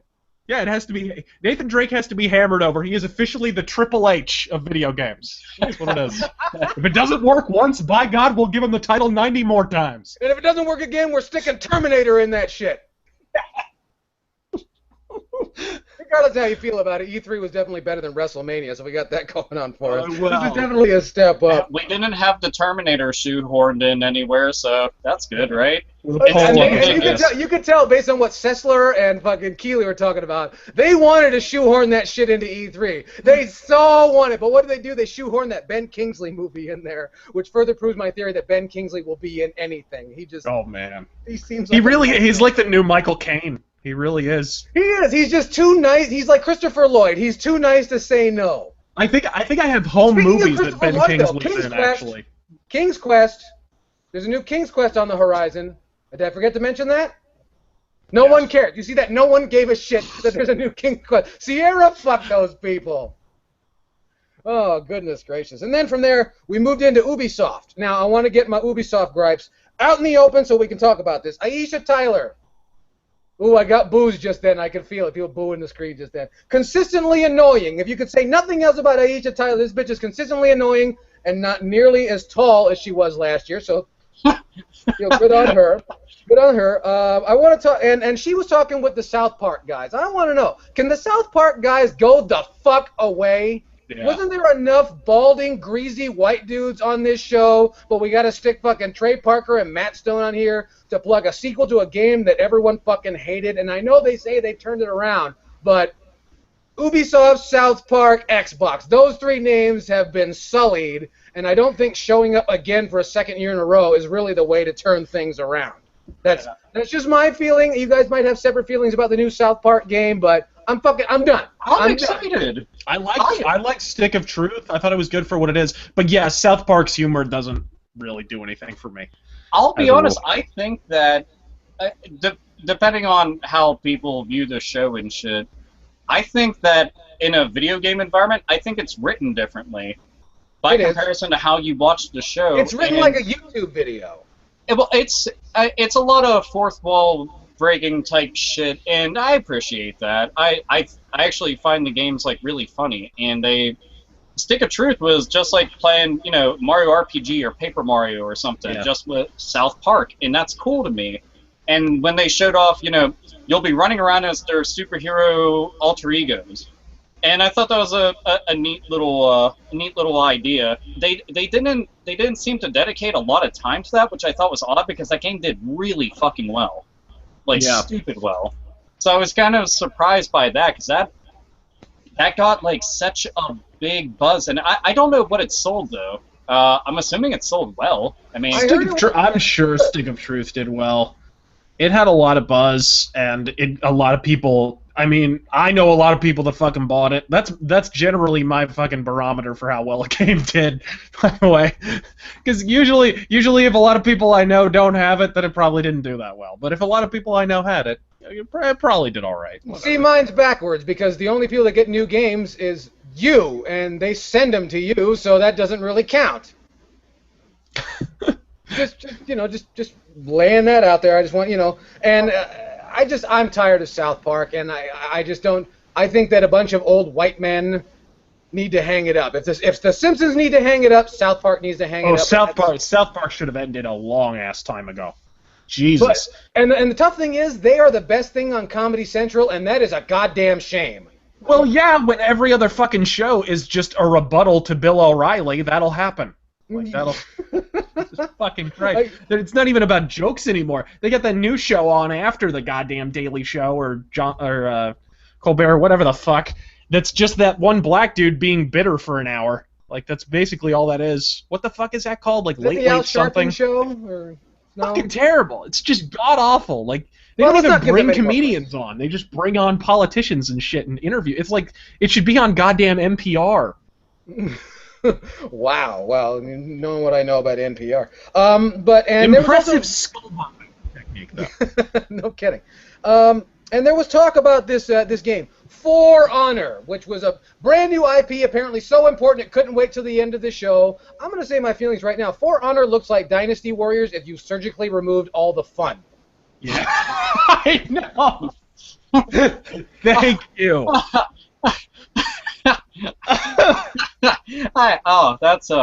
That made me feel good inside in all the right areas. Yeah. It was just a severe letdown because there was no big splashes. It was just like, it starts out just like a Dynasty Warriors game. Go fuck shit up. And then you're just punching and kicking. It's like you went from Dynasty Warriors to World Heroes. Well, here, the reason I don't need For Honor is because I already just got Hyrule Warriors. Then they're doing Dragon Quest Heroes. Yeah. So I just need Dragon Quest Heroes, and For Honor can just sit in its shadow forever until it just comes down like a big fucking monument, just crashes right on it, kills it, the end. But it's, I don't know, I'm glad that they're at least showing off new games, you know, that don't have Assassins or Creed. Oh god, can we talk about Assassin's Creed? Can we please? Wait. You mean the game with the stealth assassins who are just roaming the streets, punching the fuck out of everybody? Hold on, no, rant, need rant. Oh. Okay, Razor Fist can help me here. Listen, everybody, right the fuck now. Assassins do not go into bars screaming at the top of their lungs, recruiting and making demands. They don't go into the streets hanging motherfuckers and then summon, with a snap of their fucking fingers and a quip of their lip, a fucking gang who were just like coming out with fucking random anything they could pick up. It didn't matter. They just looked like random people. Dude, I almost got West Side Story vibes. I expected the gang to come in. I expected them to walk in going. Like Dude. I was expecting some kind of fucking knife duel in the middle It of the was street. like Assassin's Creed, the Oliver Twist rendition. And why the fuck? Why in the holy mother of fuck is this happening? They are not assassinating anything. They are not innating anything. They're not creeding anything. That's They're like, not. it's like Hooligans Creed. I don't understand. There's what the no fuck Creed. Fucking Apollo Creed is more Assassin's Creed right now. Yeah, dude, it's so like, okay, I like stealth games, okay? I'm selective about my stealth games on top of that. I've always had this thing about Assassin's Creed that I felt that it wasn't really a stealth game after a while. They start putting all this focus on multiplayer. It's just bigger and bigger syndicates of assassins who, like, pal around and go out for drinks and shit. Yeah. And that's something that needs to be mentioned here. This is not something that's unique to the newest Assassin's Creed. This is something that's been going on. This has been going on since, was it Brotherhood, where they introduced tower defense and shit? And you're whipping out a giant cannon and fighting in a huge army. Like, what? How stealthy? How fucking stealthy? Like, I don't get it. I don't get the appeal at all. It's like they have this sneaking game that they could turn into a real proper sneaking game and a proper stealth type. Like, I would argue the first two are stealth. It's just a different kind of stealth. It's social stealth. You're trying to blend in. You're trying not to ruffle any feathers.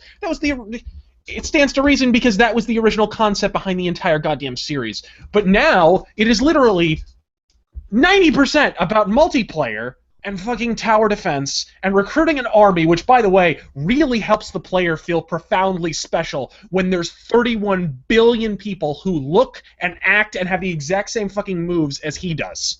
That really helps the player to feel godlike and assassinish. That's what made the very first Assassin's Creed, which I do enjoy, by the way. Yeah. The very first one, you were unique. You went around and you were the fucking man. You were the force to be feared, and nobody knew where the fuck you were at. You had motherfuckers on their fucking toes, worried as shit, like, oh my god, when's it gonna happen? Now, we have people going to a steel mill and then hanging a motherfucker, stabbing everybody Arkham Knight style, because guess the fuck what? That's all it was.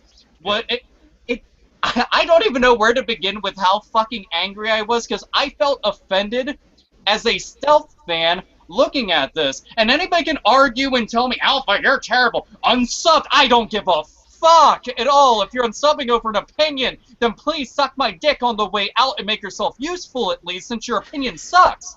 But we have a fucking stealth game.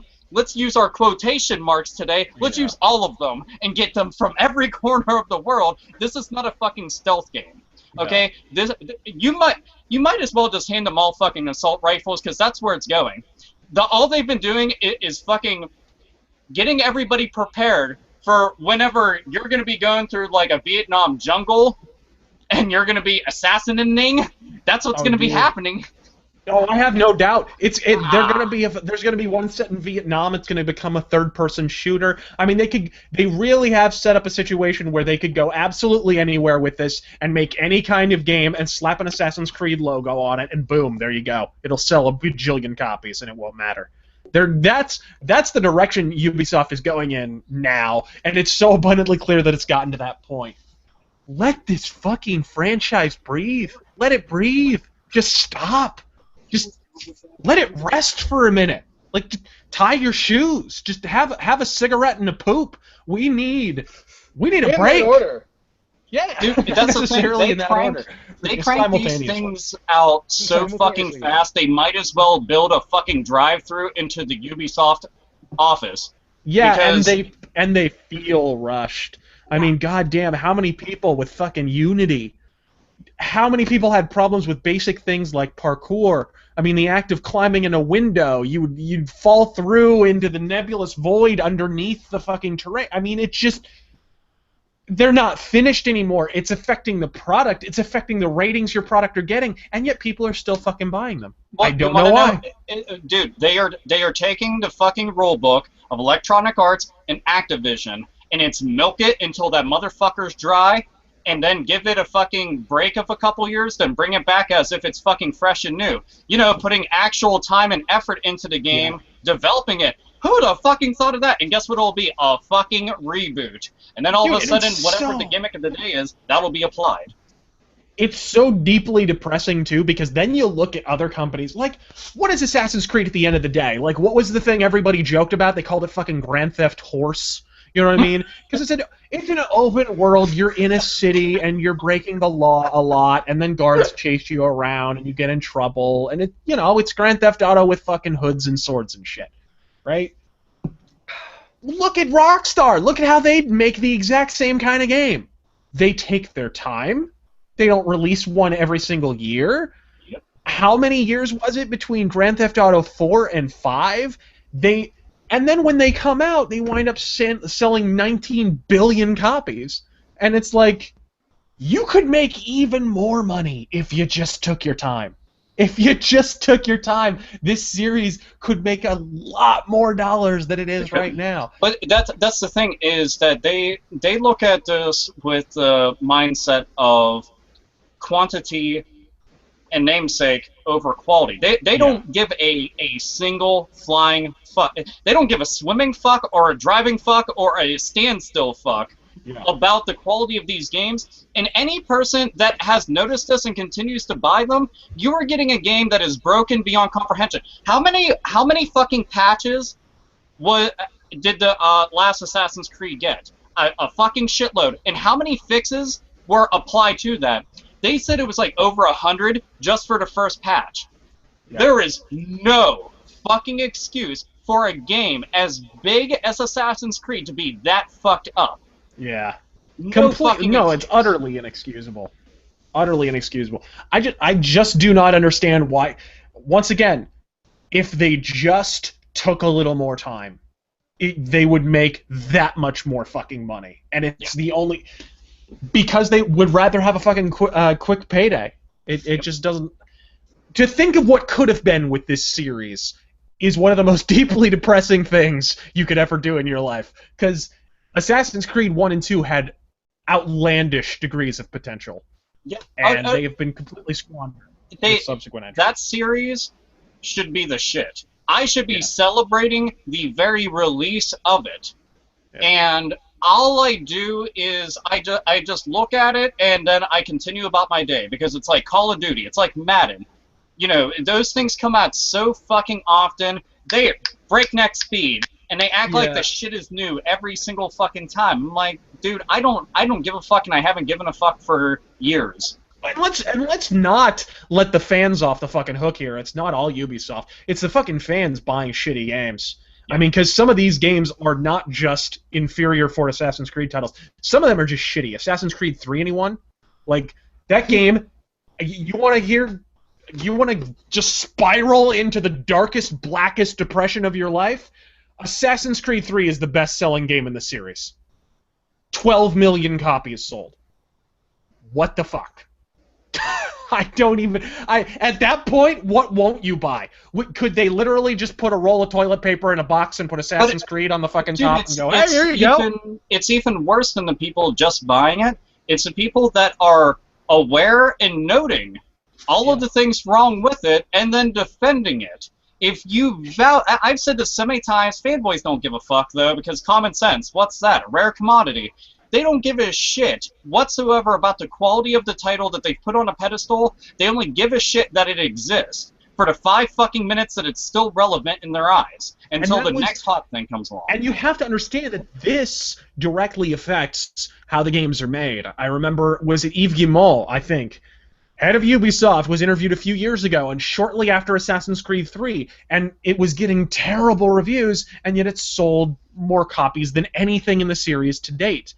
And he gives an interview saying, we'll stop making Assassin's Creed games, or we'll stop making Assassin's Creed games annual when the fans tell us that it shouldn't be annual anymore. Meanwhile, shitty reviews all across the board for Assassin's Creed 3. Even the fanboys were calling that game out as the outright runny fucking turd that it truly is. And yet, you know, he's ignoring that and just paying attention to the sales numbers. If you keep buying it, it's never going to improve. You have to vote with your wallet. Yeah, and nobody wants to do that, though, and it always fucking bugs the shit out of me. And you know, okay, Razor, people like you and me will be written off as fucking elitists because it's not. We don't like this kind of shit, and we just we both of us on record have fucking said that we like some of the entries in the series, but we'll fucking obviously note and pay attention to all of its shortcomings, which there are a lot of. That's the thing that people fail to take into account. Like, I haven't really gotten into this much on my own show, but like, for a very brief window of time, Assassin's Creed 1, 2. Assassin's Creed was one of my favorite video game series. Like, I played the first one and I was like, wow, this really is kind of like nothing else out there. It's a little bit of Grand Theft Auto, there's some Prince of Persia in there, there's some stealth in there, but it's not this standard kind of stealth that you're used to. Every single assassination kind of means something. The way that everything's handled, I like the story. Yeah, it's linear, but it was an interesting game, and I was curious to see where it would go, and for a very brief window of time, it was one of my favorite video game series ever. And I think if more people were honest, they would say that for a brief window of time, it was one of their favorite game series as well. But it did not take long. I mean, literally from Brotherhood onward, it was just downhill, a consistent downhill, like Homer jumping fucking Springfield Gorge, just plummet. Oh, dude, I wanna fucking animate that now. Where he's falling, and then just put like Assassin's Creed games on him, and every time he hits something, he turns into a Katamari ball of fucking Assassin's Creed games. Just going down. Then the gurney smacks him in the head at the end. I was just thinking about Yves Guillemot falling into Springfield Gorge. That would always be fun. Please. We're talking about. I'm just astounded that you were expecting honesty from the French. That's the thing that would just really set me off. Like, what? You're barking up a dead tree. Well, here, okay. So we've beaten that motherfucker into the dirt.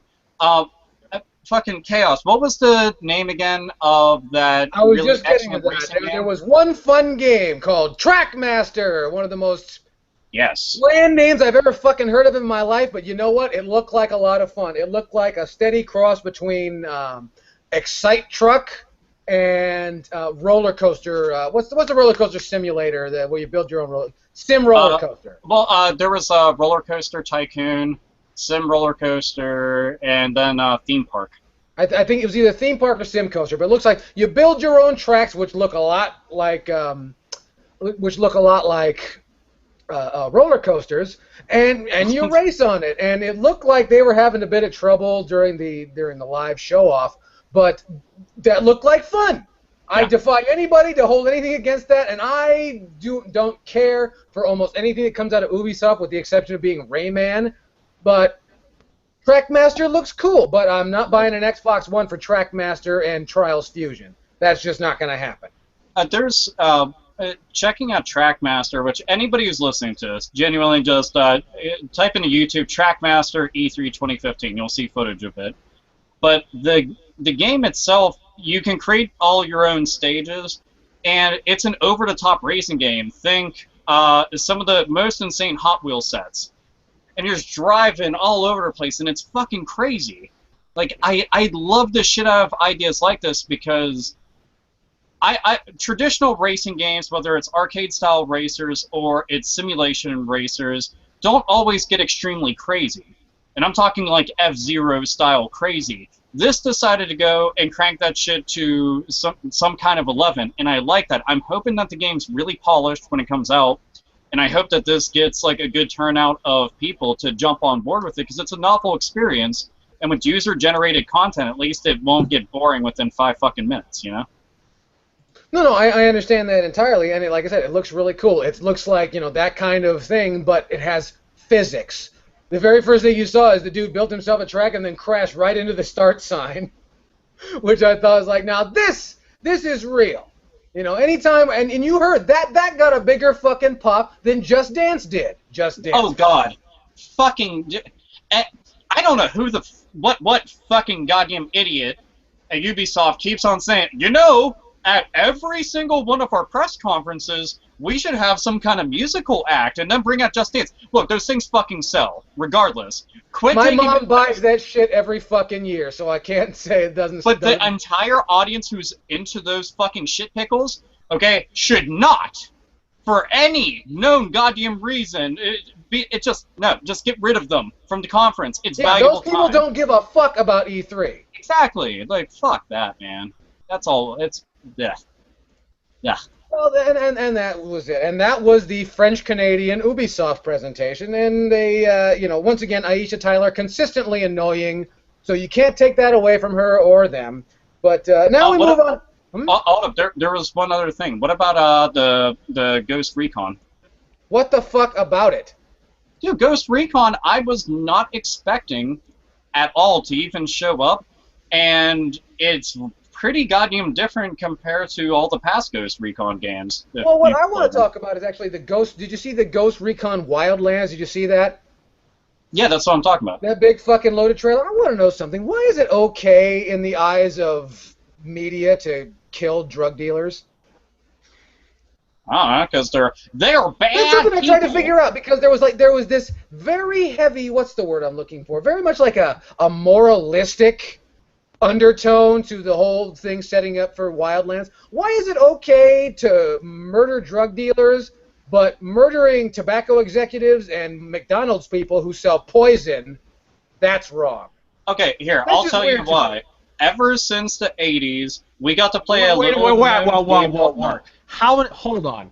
How many fucking drugs, how many illicit drugs are literally made with fucking strychnine and poison?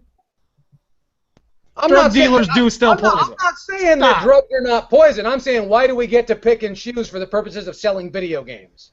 Okay, I gotcha. I was just saying, they both sell poison. That classic American double standard to say one thing, do something else? Dude, it's NARC. NARC told us... Sorry, I interrupted you, Alpha. Sorry. NARC told us that it was okay for us to go around NARC said it was okay. Blow motherfuckers away, and then steal all their cocaine, their weed, and their money, and then we just go on to stage 2. Yeah, fuck it. And Grand Theft Auto's been doing it for a long time too. I'm happy about that. Saints Row started doing it, but they were like, want superpowers? Well, yeah. Now it's like I'm taking the drugs. Fuck yeah, this is great. I I know, but also don't forget, your entire argument is based on NARC, and if you want to run off of that, that would mean that Revolution X would show that Aerosmith knew how to make business decisions, and that's also not true. And you know what your problem is, Chaos, is that you didn't realize music is your weapon, and you didn't care. Factual. That's true. Music is the weapon. If ever I want to defend myself against a drug lord, I'm going to fling CDs at this guy with my CD gun, and then you'll know that when they play Eat the Rich, there will be no cocaine for anybody. Fact.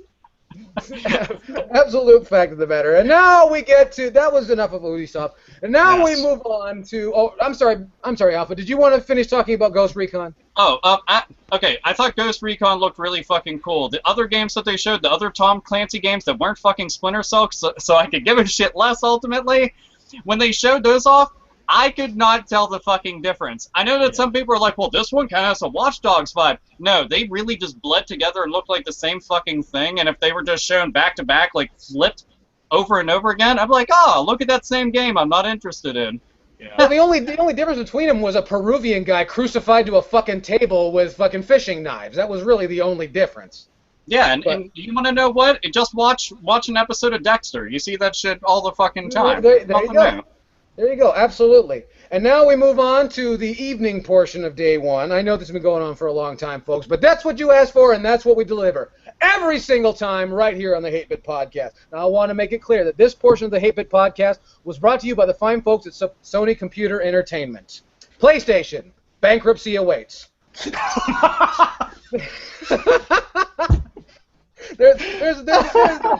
There was a lot going on there. I'm going to say this. I want to get this out of the way first and foremost. The Last Guardian looked fucking boring as shit. I understand that there's a lot of people who are watching this program who are in that audience who would love to have a great big dog with feathers. Yeah. I understand that. But I want to know, did everything have to have dogs? Fallout had a dog. Last Guardian had a dog.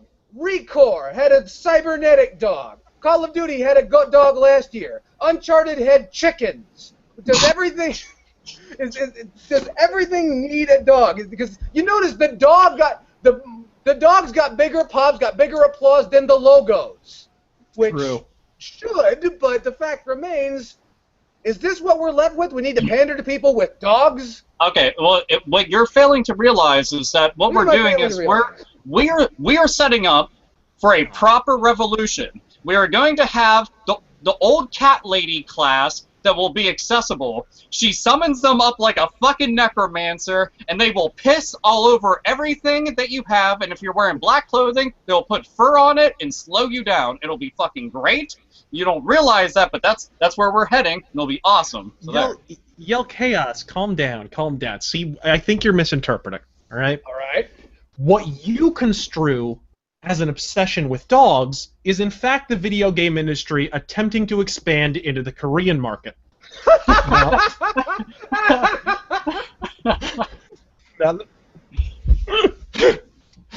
Okay, sorry. But hey, look, at the Sony conference, I for one, who says we didn't learn anything? I for one learned about all the fantastic games Square Enix will be making and Sony will be taking credit for. So whoa! I do want to go and point out something to add on to what Razorfist said, is that all the dog DLC will be found behind the China Sea, little down the road, and it'll be great. So when you're going and ordering, if you want to go and get that dog DLC, it's right out there, served in a bag. It's great stuff, so at least roll with that. Dog. I call it a doggy bag, you know. Wah, wah, wah. But anyway, and then of course there was big news. The entire internet jizzed in their pants when Final Fantasy VII, the remake, was introduced for all to see. And Alpha Omega Sin got on the Twitter. I seen it in fucking real time and lost his goddamn mind. And then right after that, my good friend, you've heard of him, Mr. Razorfist gets on and says, "Fuck Alpha Omega Sin and everybody." I did not say that. No, you didn't say that. But I want. For the record, everybody knows that Razorfist does not really like Final Fantasy VII as much as someone like me. So here, take it away, sir. Go. I'll be good.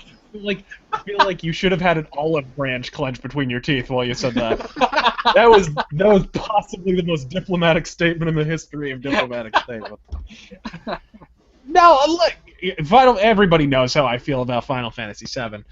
Although, I do have to say, fucking, it is kind of curious that everyone's like, Final Fantasy 13 is shitty because all these cutscenes and all we're doing is looking at a bunch of pretty shit and nothing ever happens. And then we see a trailer of a bunch of pretty shit and nothing happens, and everyone's like, fucking Square Enix just saved themselves. They're fixed. Entire game industry saved. Like, it's the same thing. It's just Cyberpunk. They're just stealing from Blade Runner instead of stealing from Final Fantasy VIII this time. That's all it is. Well, there is something interesting to note, is that, and I was reading about this recently, and I thought it was kind of cool. Okay, Fist, do you like Parasite Eve? I love Parasite Eve. Did you know that Parasite Eve originally started off as Final Fantasy VII? I did not know that. I didn't either. I was going and reading up about it, and they said that they wanted to take Final Fantasy and then make it into like a modern setting. That back then, '97, that was fucking uncommon. And this game, I think the development of it started in '95, '94ish, somewhere around there. And they want to go and do that. I thought that was kind of neat. With this, I mean, fuck, man, one of the cool things that they did say was that they want to go in and kind of redo some shit about Final Fantasy VII. So it's not going to be the same exact thing, just pretty. I really want, I want them to bring back the fucking turn-based combat. I know not everybody likes it, but fuck, man, I want that shit back so much. Oh, Fist, you were mute.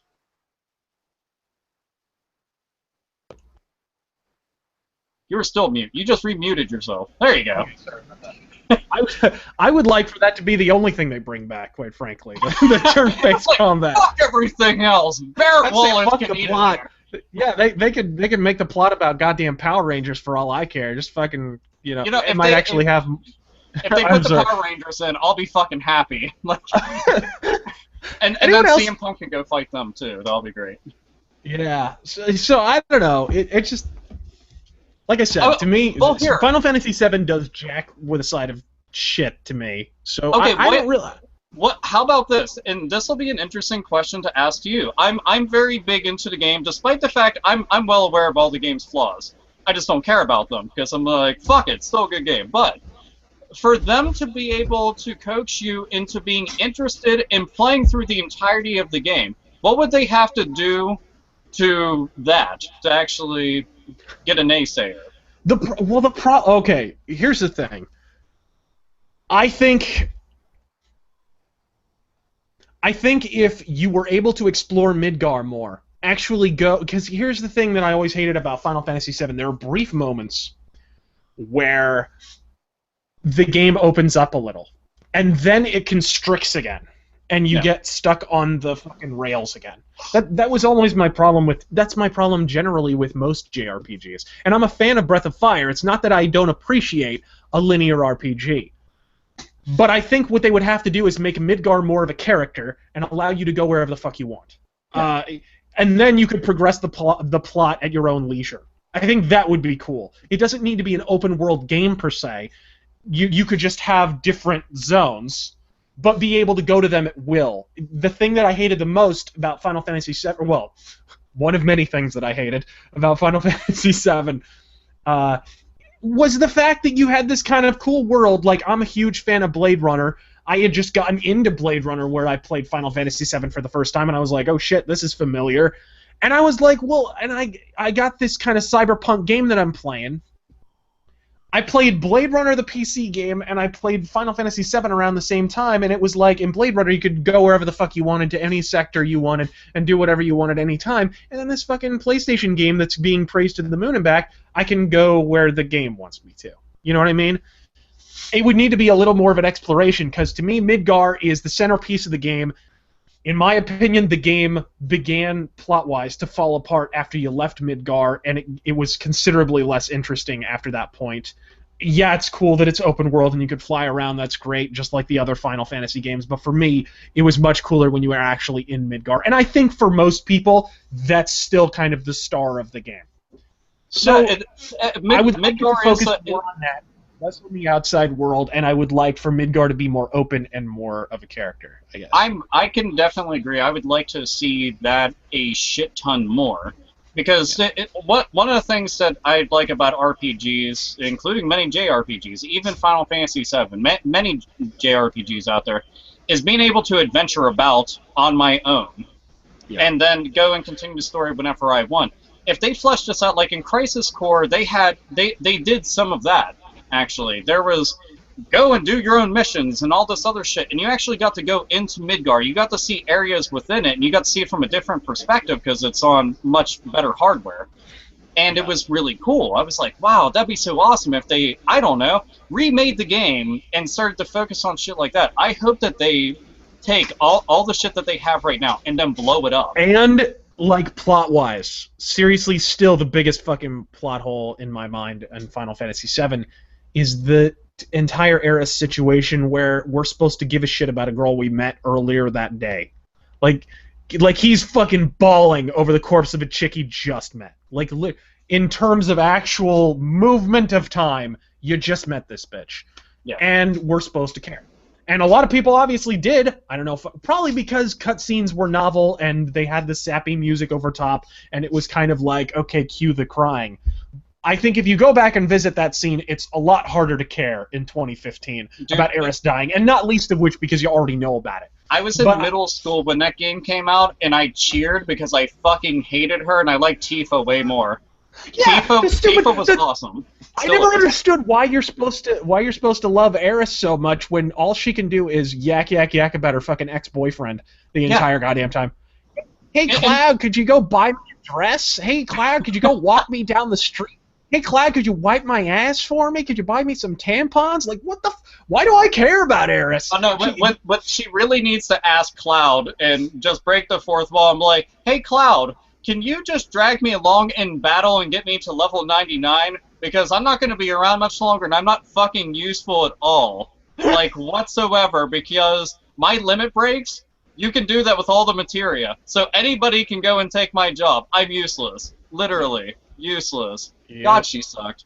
I never quite understood why Tifa is supposed to be like the girl next door appeal. Like, look at Tifa. Look at her. She's the girl next door to the porn set. That's what she is.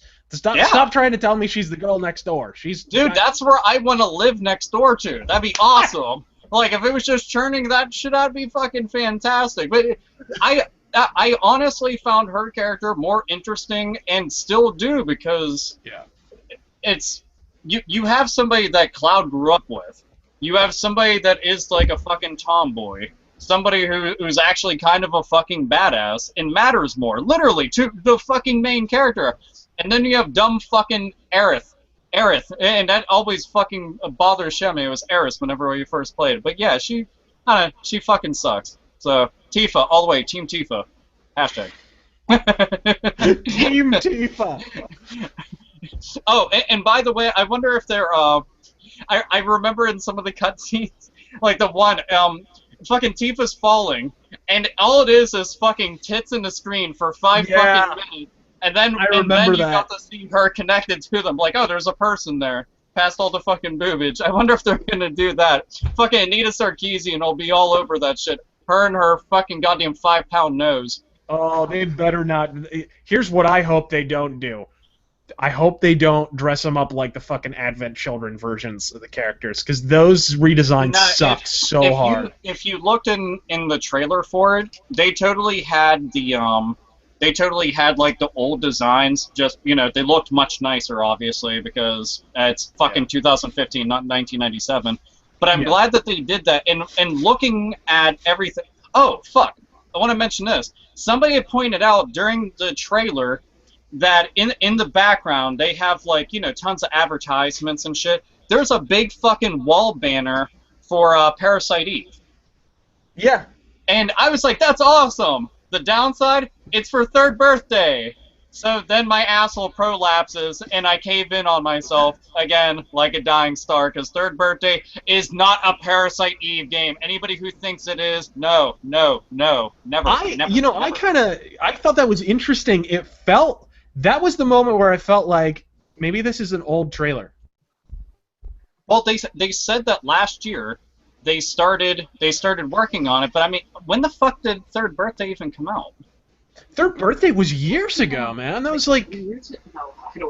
Was that 2009, 2008? I mean, I could look it up or something, but it was a while ago. Yeah, it was...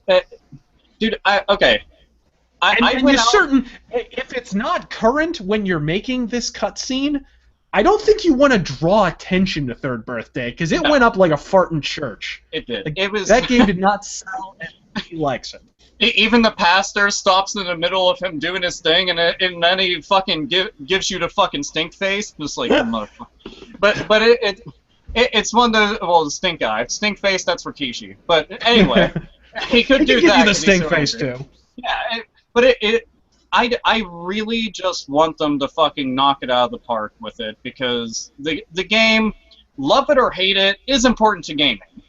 You know, and it's a big fucking deal. I just want it to be what I've wanted it to be. I've never contested that Final Fantasy VII is important to gaming, but I think it's important to gaming as a study in the power of advertising in gaming, and I think in a lot of ways, this presentation at Sony, completely upstaging everything else that Sony showed, even without any gameplay or any idea of how they're going to change this game or what it actually qualitatively is going to be, is perfectly carrying that spirit forward. They're like, by the way, don't worry, we haven't lost a step. We know what we're doing, and and one of the best fucking things, I want to see if I can pull up the image in real time here, because I thought it was probably one of the most hilarious things, was at the announcement of Final Fantasy VII Remake happening at 10:30 a.m., the Square Enix stock went up 3.24%. I'm talking like it quintupled even, in total, the minute that was announced. That right there is fucking badass. And I said, the minute that they even bring that shit up, you just name drop that shit, and it's take our money. Just take all. Look, here. Let's be honest, Alpha. Even if that turns out to be a terrible remake, even if it's so bad you wind up hating it, if it winds up being.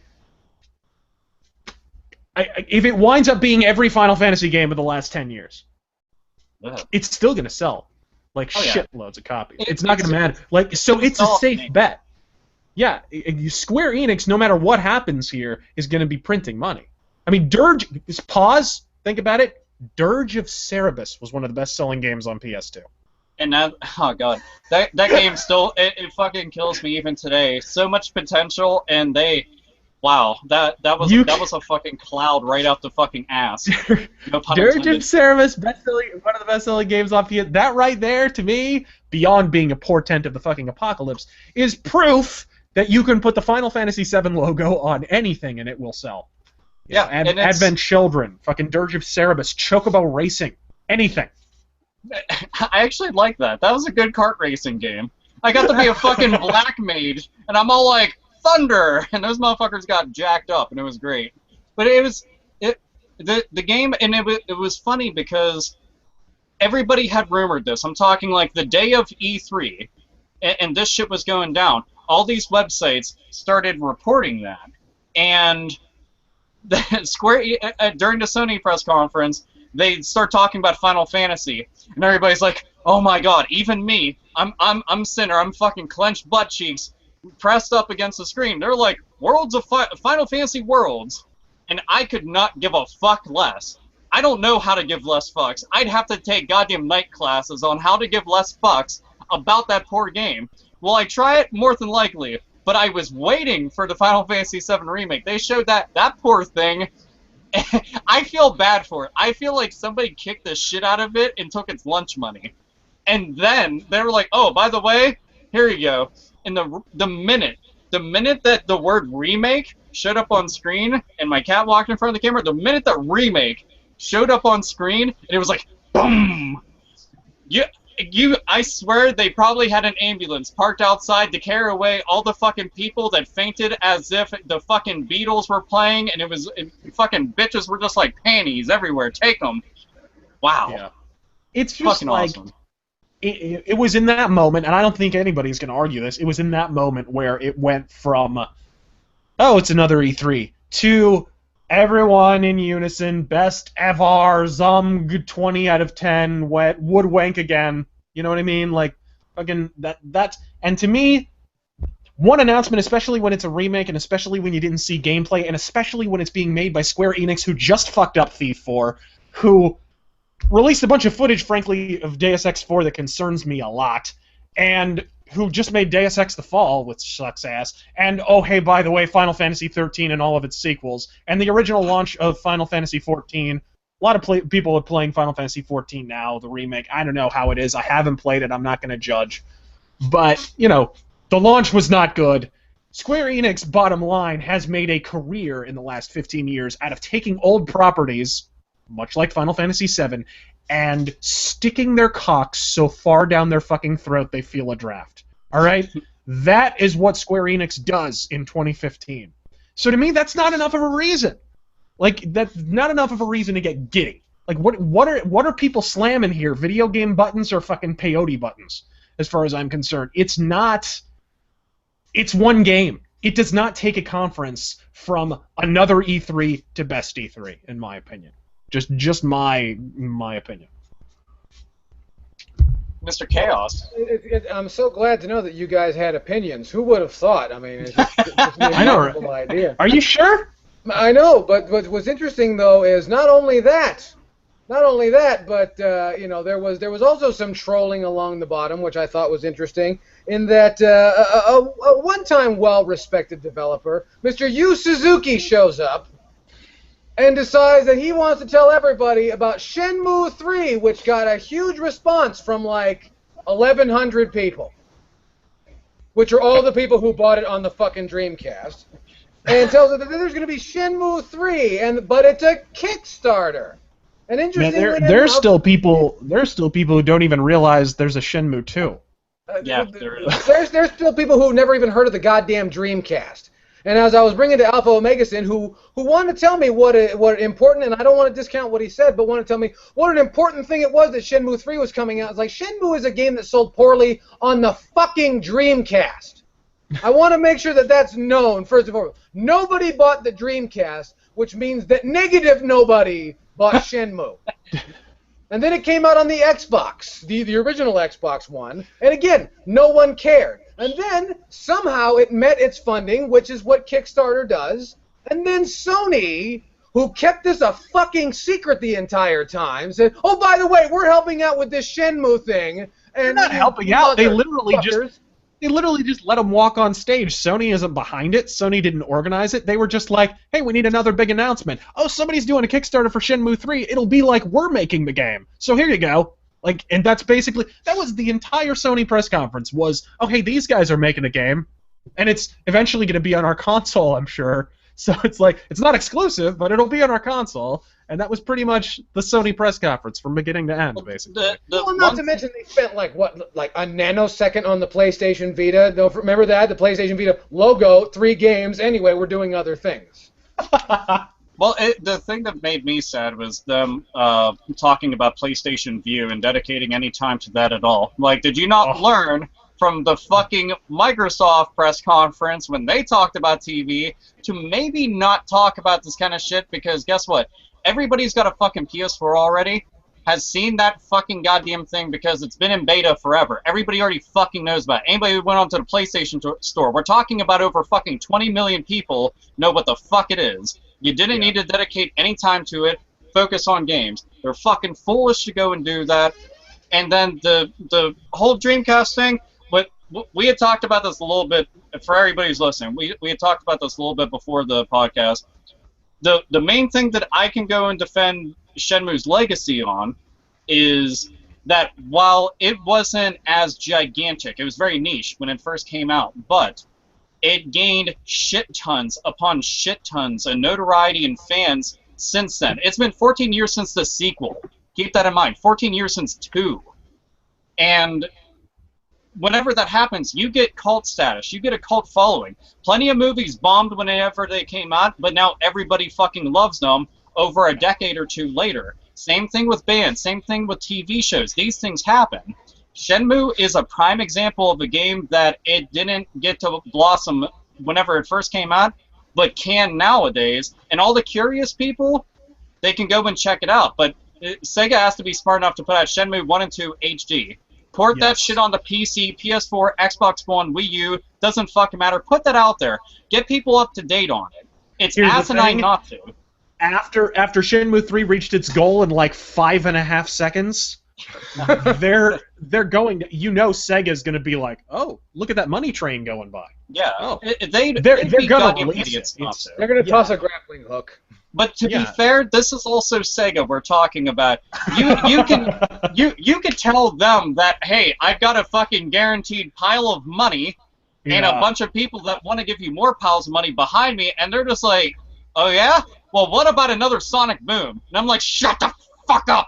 Yeah, well, what about more plushie dolls of Sonic? What about Sonic having another romance with a human? How about that? Let's go and tap into more of the fucking perversions of DeviantArt with another fucking broken-ass release of another fucking game that we honestly do not give a shit whatsoever about. Oh, and we made Sonic Colors, but we won't tell you about that. Sonic Generations, never heard of it, but here's a fuck-up. We'll focus on that one. Yeah, God. Yeah, because we'd love to have a TV show. Sega, the people that could fuck up a meatloaf. Yeah, One Car Funeral, sure enough, that turned into some Mad Max-style looking shit. Of course we can fuck it up. It's kind of the name of the game.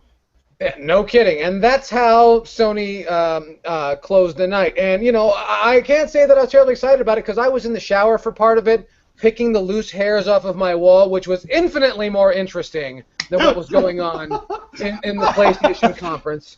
So, folks, I want to recommend that for you fine people next year. If Sony comes on and you feel a little yawny, go clean your shower. You'll have a great time. Yeah. I want to make sure that you know that. And then you can grow a beard and pretend you're Billy May.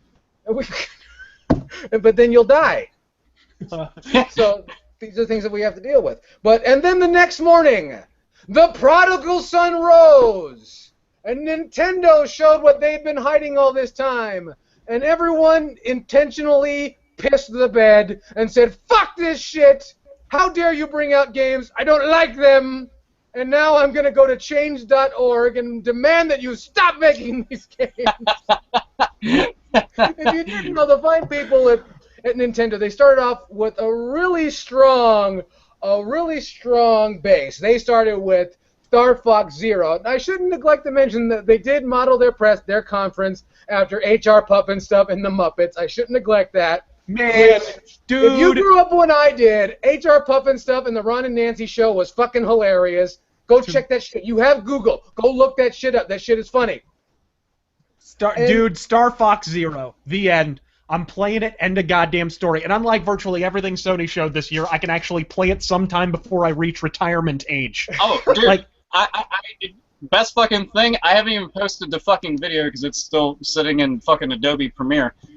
I fucking got to do a rant on there, but every motherfucker after seeing that shit was like, oh my god, Star Fox Zero looks horrible. Do you see the graphics? Looks like Nintendo 60. I cannot drop enough fucking cock down your throat to shut these fucking idiots the fuck up. Because I'm like, wait a minute, this game doesn't look bad and it looks fucking fun. You wanted a Star Fox game, they deliver it. You wanted something that played like the old ones, incorporate shit from Star Fox 2, and you're still bitching. Yeah, you wanted one with the cockpit view. I mean, that was on my wish list. Boom, they did it with the fucking Wii controller. That's brilliant. And you know what? Look, I'm gonna go a step further. Fuck everyone being snarky about the puppets. Like, puppets rule. Don't even be full of, like, what are the only hand puppets we're allowed to see at E3 hosting the Game Failers live stream? Is that the fucking rule? They're fucking puppets. Calm down. It's Star Fox. It rules. Do you not own a physical copy of the SNES They version clearly of the don't, original Star because Fox? it would not be a surprise if they did. Yeah, they had puppets on the cover of the game box on Super Nintendo. Blow me. Yeah, and by the way, the fucking puppet for Star Fox is the most angry-looking puppet, even more so than Bert. He looks Okay? pissed.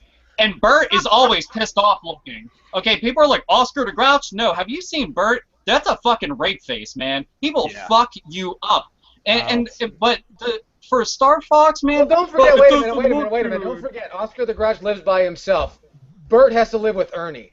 Yeah, and Ernie's a fucking handful, and there's definitely going to be some weird perverted jokes made after that. So. Okay, so Chaos, I'm going to throw it to you, because I have to ask, given the somewhat middling reactions to the conference, to say the least, what did you personally think of the conference? Because obviously after the savage anal fisting they gave Microsoft and Sony last year, it would be impossible to follow that performance. But how did you think they performed in the overall? As far as the digital event, I thought it was a perfectly acceptable event. If you have to take into account that there were games that we already knew about, but let's not pretend that didn't happen with every goddamn press conference we had before that. It did lack the big, because, see, here's the thing. Here's something that I've noticed in the entire time that I've been an internet personality. You people have been led to believe by Apple that there needs to be a big fucking main event blitzkrieg at the end of everything. It kind of fizzled at the end because it was Super Mario Maker. Don't get me wrong. Super Mario Maker is going to change lives.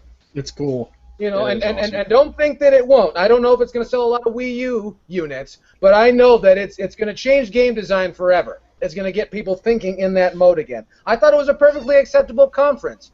Was it the big flash bang that the industry really needed to get everyone looking at the industry again? No.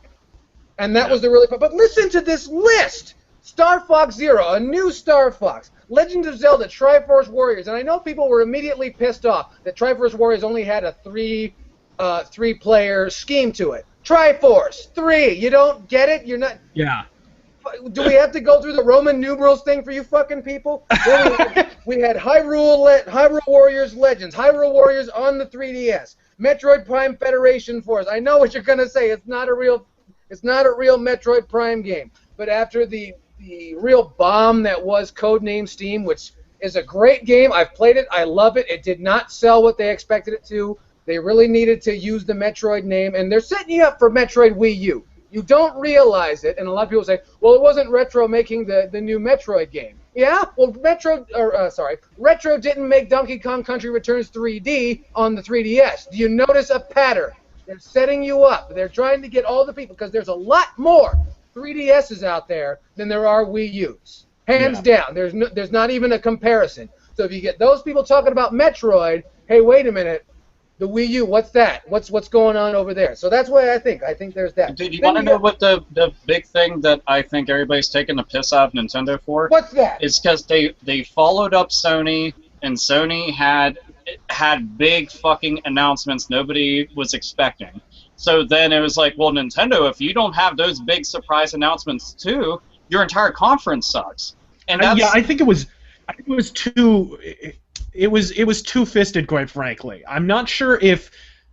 I don't think Nintendo showing this year was necessarily weak. I think it's primarily down to the fact that Nintendo wore the entire fucking industry like an oven mitt last year.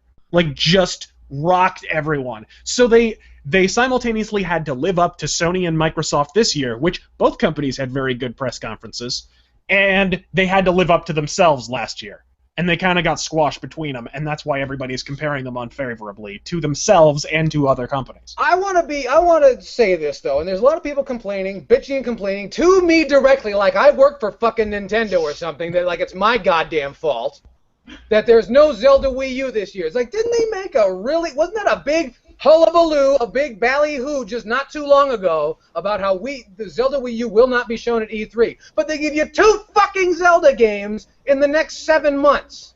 What more do you people want? Do you buy this? Because I'm noticing a lot of narrative in fucking video game media, which you always have to take with a grain of bullshit anyways. But I'm noticing a lot of people like almost regarding Wii U as a legacy platform because of the next, piece of technology that's already been announced. The wildest is yet to come over there. Yeah, And I'm like, I'm not sure I buy it. I don't think the Wii U is a legacy platform just yet. I think just this year, they had a lot of stuff that they announced last year that they now had to actually show. Really. Sure. And that's kind of what I feel like they were mired in. Because if you look at the list of games, it was pretty much shit from last year. You know, it was the new Star Fox game. It was Mario Maker and so forth. They're great games, but most of them were announced last year. At some point, you got to show the damn things. And why wouldn't you show them at E3? Sure, and not only that is that you're dealing. Don't forget. Now, as I said earlier in the program, that the gaming public has changed. Business is soft right now, regardless of what they want you to fucking believe and keep throwing parties for themselves at E3. Business is soft. And so they need to spread this shit out over the course of a year. There's going to be another Nintendo Direct in like 7 weeks. There's going to be another one because that's just plain what they do. But like I said, listen to this list. You got your Star Fox Zero, Legend of Zelda, Triforce Warriors, Hyrule Warriors Legends, Metroid Prime, I know. Fire Emblem Fates, Shin Megami Tensei Cross Fire Emblem, Xenoblade Chronicles X, Animal Crossing Home Design. All these games are coming out this fucking holiday.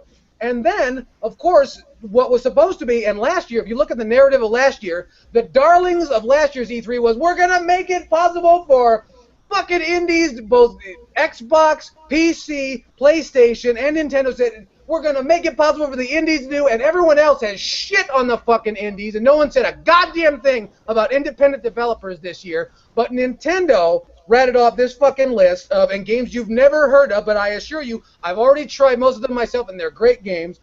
Fast Racing Neo, SteamWorld Heist, Runbow, Soul Axiom, Freedom Planet, which is very similar to Knuckles Chaotix.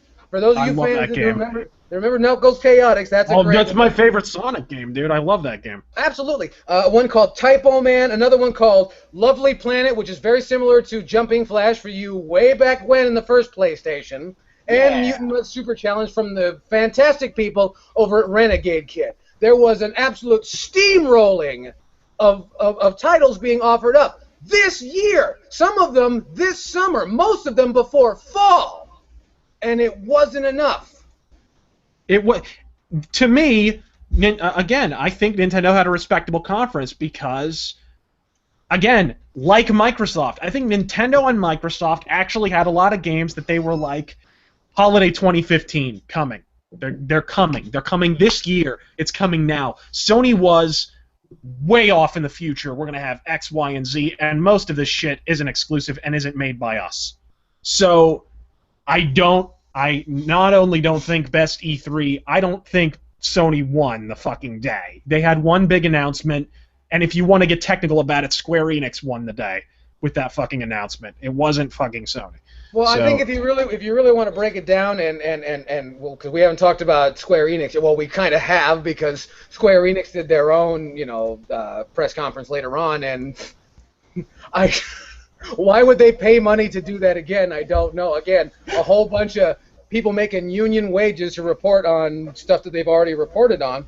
Yeah. But something that I want to make interesting is, make clear is, 20 years later, Falco's still a dickhead. I wanted to bring that up. Yes, as he should be.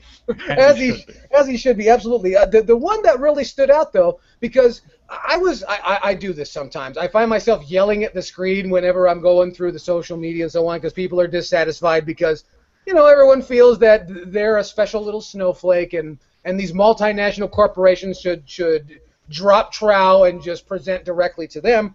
But what was interesting is I said to myself, there's something for everybody. You might not be, this is not going to be the E3 that's going to bring the general public, the casual audience back to video gaming. That's not going to fucking happen. Those people have their iPads and they don't fucking need this anymore because the iPad also plays movies. But no Devil's Third. Devil's Third, which was really a standout title for Nintendo not too long ago, was not presented. I thought that was weird. I don't know if I'm the only one. Maybe they hit a development snag. I don't know. That's what I'm thinking. Because there was talk that they were gonna have it. The same thing kind of happened to No Man's Sky. Honestly, No Man's Sky was prominently featured at last year quite a bit, and everybody was really stoked about No Man's Sky, and they barely mentioned it this year. And didn't really. I have a feeling some shit's going down with the development of No Man's Sky, and that's probably the case with Devil's Third. Yeah, and I hope it's not the same because No Man's Sky, I don't want to badmouth the people who are doing No Man's Sky. They seem like very competent developers, but what they showed me looked exactly what I saw 1 year ago. Yeah, well, I'm pretty sure it is. I have a feeling it might just be a vertical slice, which is, for people who aren't aware, a vertical slice is like a playable demo that isn't running on actual console hardware, so there's a lot of chicanery going on, basically. It's like a puppet show to give you an idea of what the game is like, but it's not an actual game running on an actual console. Mm-hmm. So I kind of have a feeling they just showed the same fucking vertical slice from last year. They just changed the terrain or something. And it's a genuine, because it looks like it could be a great game, but I don't know if they're not getting enough money, if they have to eat ramen now because of the way things are going. I don't know. And they won't tell us. One thing they did have at E3, which didn't get featured and kind of pissed me off because, and I also did a fucking recording about that too, but it looked really cool, is the new Fatal Frame. Yeah. That had no press at all. Like that got a nice little pop on Facebook, and that was it. Dude, it desperately needs it because. And Nintendo's always had the softer image of, being very family friendly. A game like this gives that much needed variety, that edge. People like horror games. Horror games have always been big. Ever since their inception, they just continue to grow, especially with like live streams and Let's Plays and stuff. Fatal Frame looks excellent. It looks every bit as good as the past games, utilizing the Wii U gamepad in a way that was a fucking no-brainer. It's the fucking... You get to use it like this, just like the camera, popping off ghosts left and right. That thing looks awesome. I just wish, again, that and Devil's Third would have been more prominently featured. It would have been nice. No. Yeah, because both of them looking like pretty decent games that are going to draw I'm going to do my fingers thing again, the mature aspect, but I'll be honest with you, I'm more excited for Fatal Frame 5 because those games are actually fucking scary. Yeah, but Devil's Third is just, it seems like violence for the sake of violence. There's nothing wrong with that. That's why Bayonetta. Well, it's like the Wii U's version of Mad World. Hey, you could play Fatal Frame while you're waiting for Silent Hill. Oh wait. Oh. Sorry, I just had to fuck everyone over there. All the sads are felt. It's man, that's you know what's fucked up is that if fucking Konami didn't shit the bed 1,000 times over and then decide to go and fucking treat it as if it's a buffet table, is that they would have been showing that off at E3, bar fucking none. They would have had a showing of him like, oh my god, look at this, oh amazing. Nah, nothing like that. Can't have Metal Gear Solid 5. Yeah, have that, and it'll be the last time that they can actually give a shit about it, because from here on out, they'll just be like, I don't know, who around here can make a game? Start working on it. Just make sure you get it out there. There's people at Ubisoft, they know how to do it. Just follow that credo. It'll be great. And ridiculous. And that was really it. So I think if those two had really been shown something, I think that would have really saved. But we also realize that we're dealing with, and the industry has created these people, a beast that cannot be fed. So that's where a lot of this disappointment, I think, stems from. There's this idea that there should be amazing games coming out every fourth day. Well, and I think there is a disparity between sometimes companies will give a good show and then have nothing over the next year, and it's like, oh, that was a great show, but I still have nothing to play on my console. And I'm not just talking about Sony here. Microsoft did that for years with the 360. I mean, there was a string of years there where Microsoft was just curb checking everyone at E3. Just constantly, every single year, their press conference was the best. And they had fucking tumbling routines, and there was fucking and Usher. Friggin' homos and unitards doing cartwheels on stage. Like, what is this? Fucking Cirque du Sodomy? What the hell? And they'd be spending prohibitive quantities of money on this bullshit constantly, every single year. And then you'd go home, and you'd still have a 360 that didn't have any exclusive games on it. So it was... I think there is a disparity. I think Nintendo has the right idea, and I think they're moving in the right direction regardless of whether anyone wants to credit them with having a good conference or not. At the end of the day, they're releasing a bunch of games this year, which is a fuck of a lot more than you could say for the competition. And say what you want, but a lot of people are working in colors and yarn now, so don't tell me that influence is not being felt. And then shortly after, because Nintendo Treehouse has been covering the shit out of the E3 floor. I don't care what you have to say about the conference, they have been knocking it out of the park. 8 hours a day showing off these games. Showing all this stuff, it's fantastic, and I think that they're doing good. And one thing I have to say this. I have my feelings about YouTube and Google. YouTube really flexed their money muscle and showed that they can cover E3 better than anybody can. They had far less interruptions than Twitch. They did very well. Unfortunately, they picked Mr. Clean to officiate over this whole thing, but whatever. That's and as if the public needs one more reason to not go to game trailers. You know what I mean? And I think they finally did. They're going to corner this whole thing, and that's what they hope to do. After that was the Square Enix conference, which, as we said, was everything you already saw at the Sony conference, except for Kingdom Hearts 3. And I understand that no one during that conference actually passed away, which is a milestone in and of itself. We can't take that away from them. And anyone else get the feeling that Sony had a fucking 44 Automag pressed to Square Enix's temple for the duration of E3? Like, you definitely get that notion. I'm sorry, what? You definitely get that notion. It was real like, you're going to make us look good, aren't you? This year, Square Enix just bent plumb the fuck over and let Sony climb all the way inside their lily-white, jasmine-scented asshole. Like, Kaz Hirai's got a fucking 2-story duplex in there.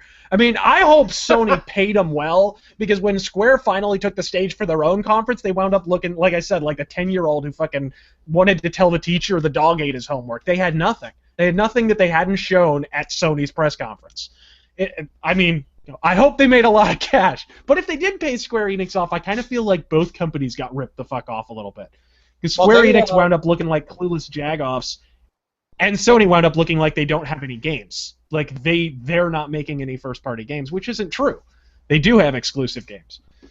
I'm happy that I got to see Star Ocean footage. Rather. There is that. There's Star Ocean. We can't. I forgot about that. Dude, Star Ocean. I'll forever be a fan of it, even whenever we get something like The Last Hope.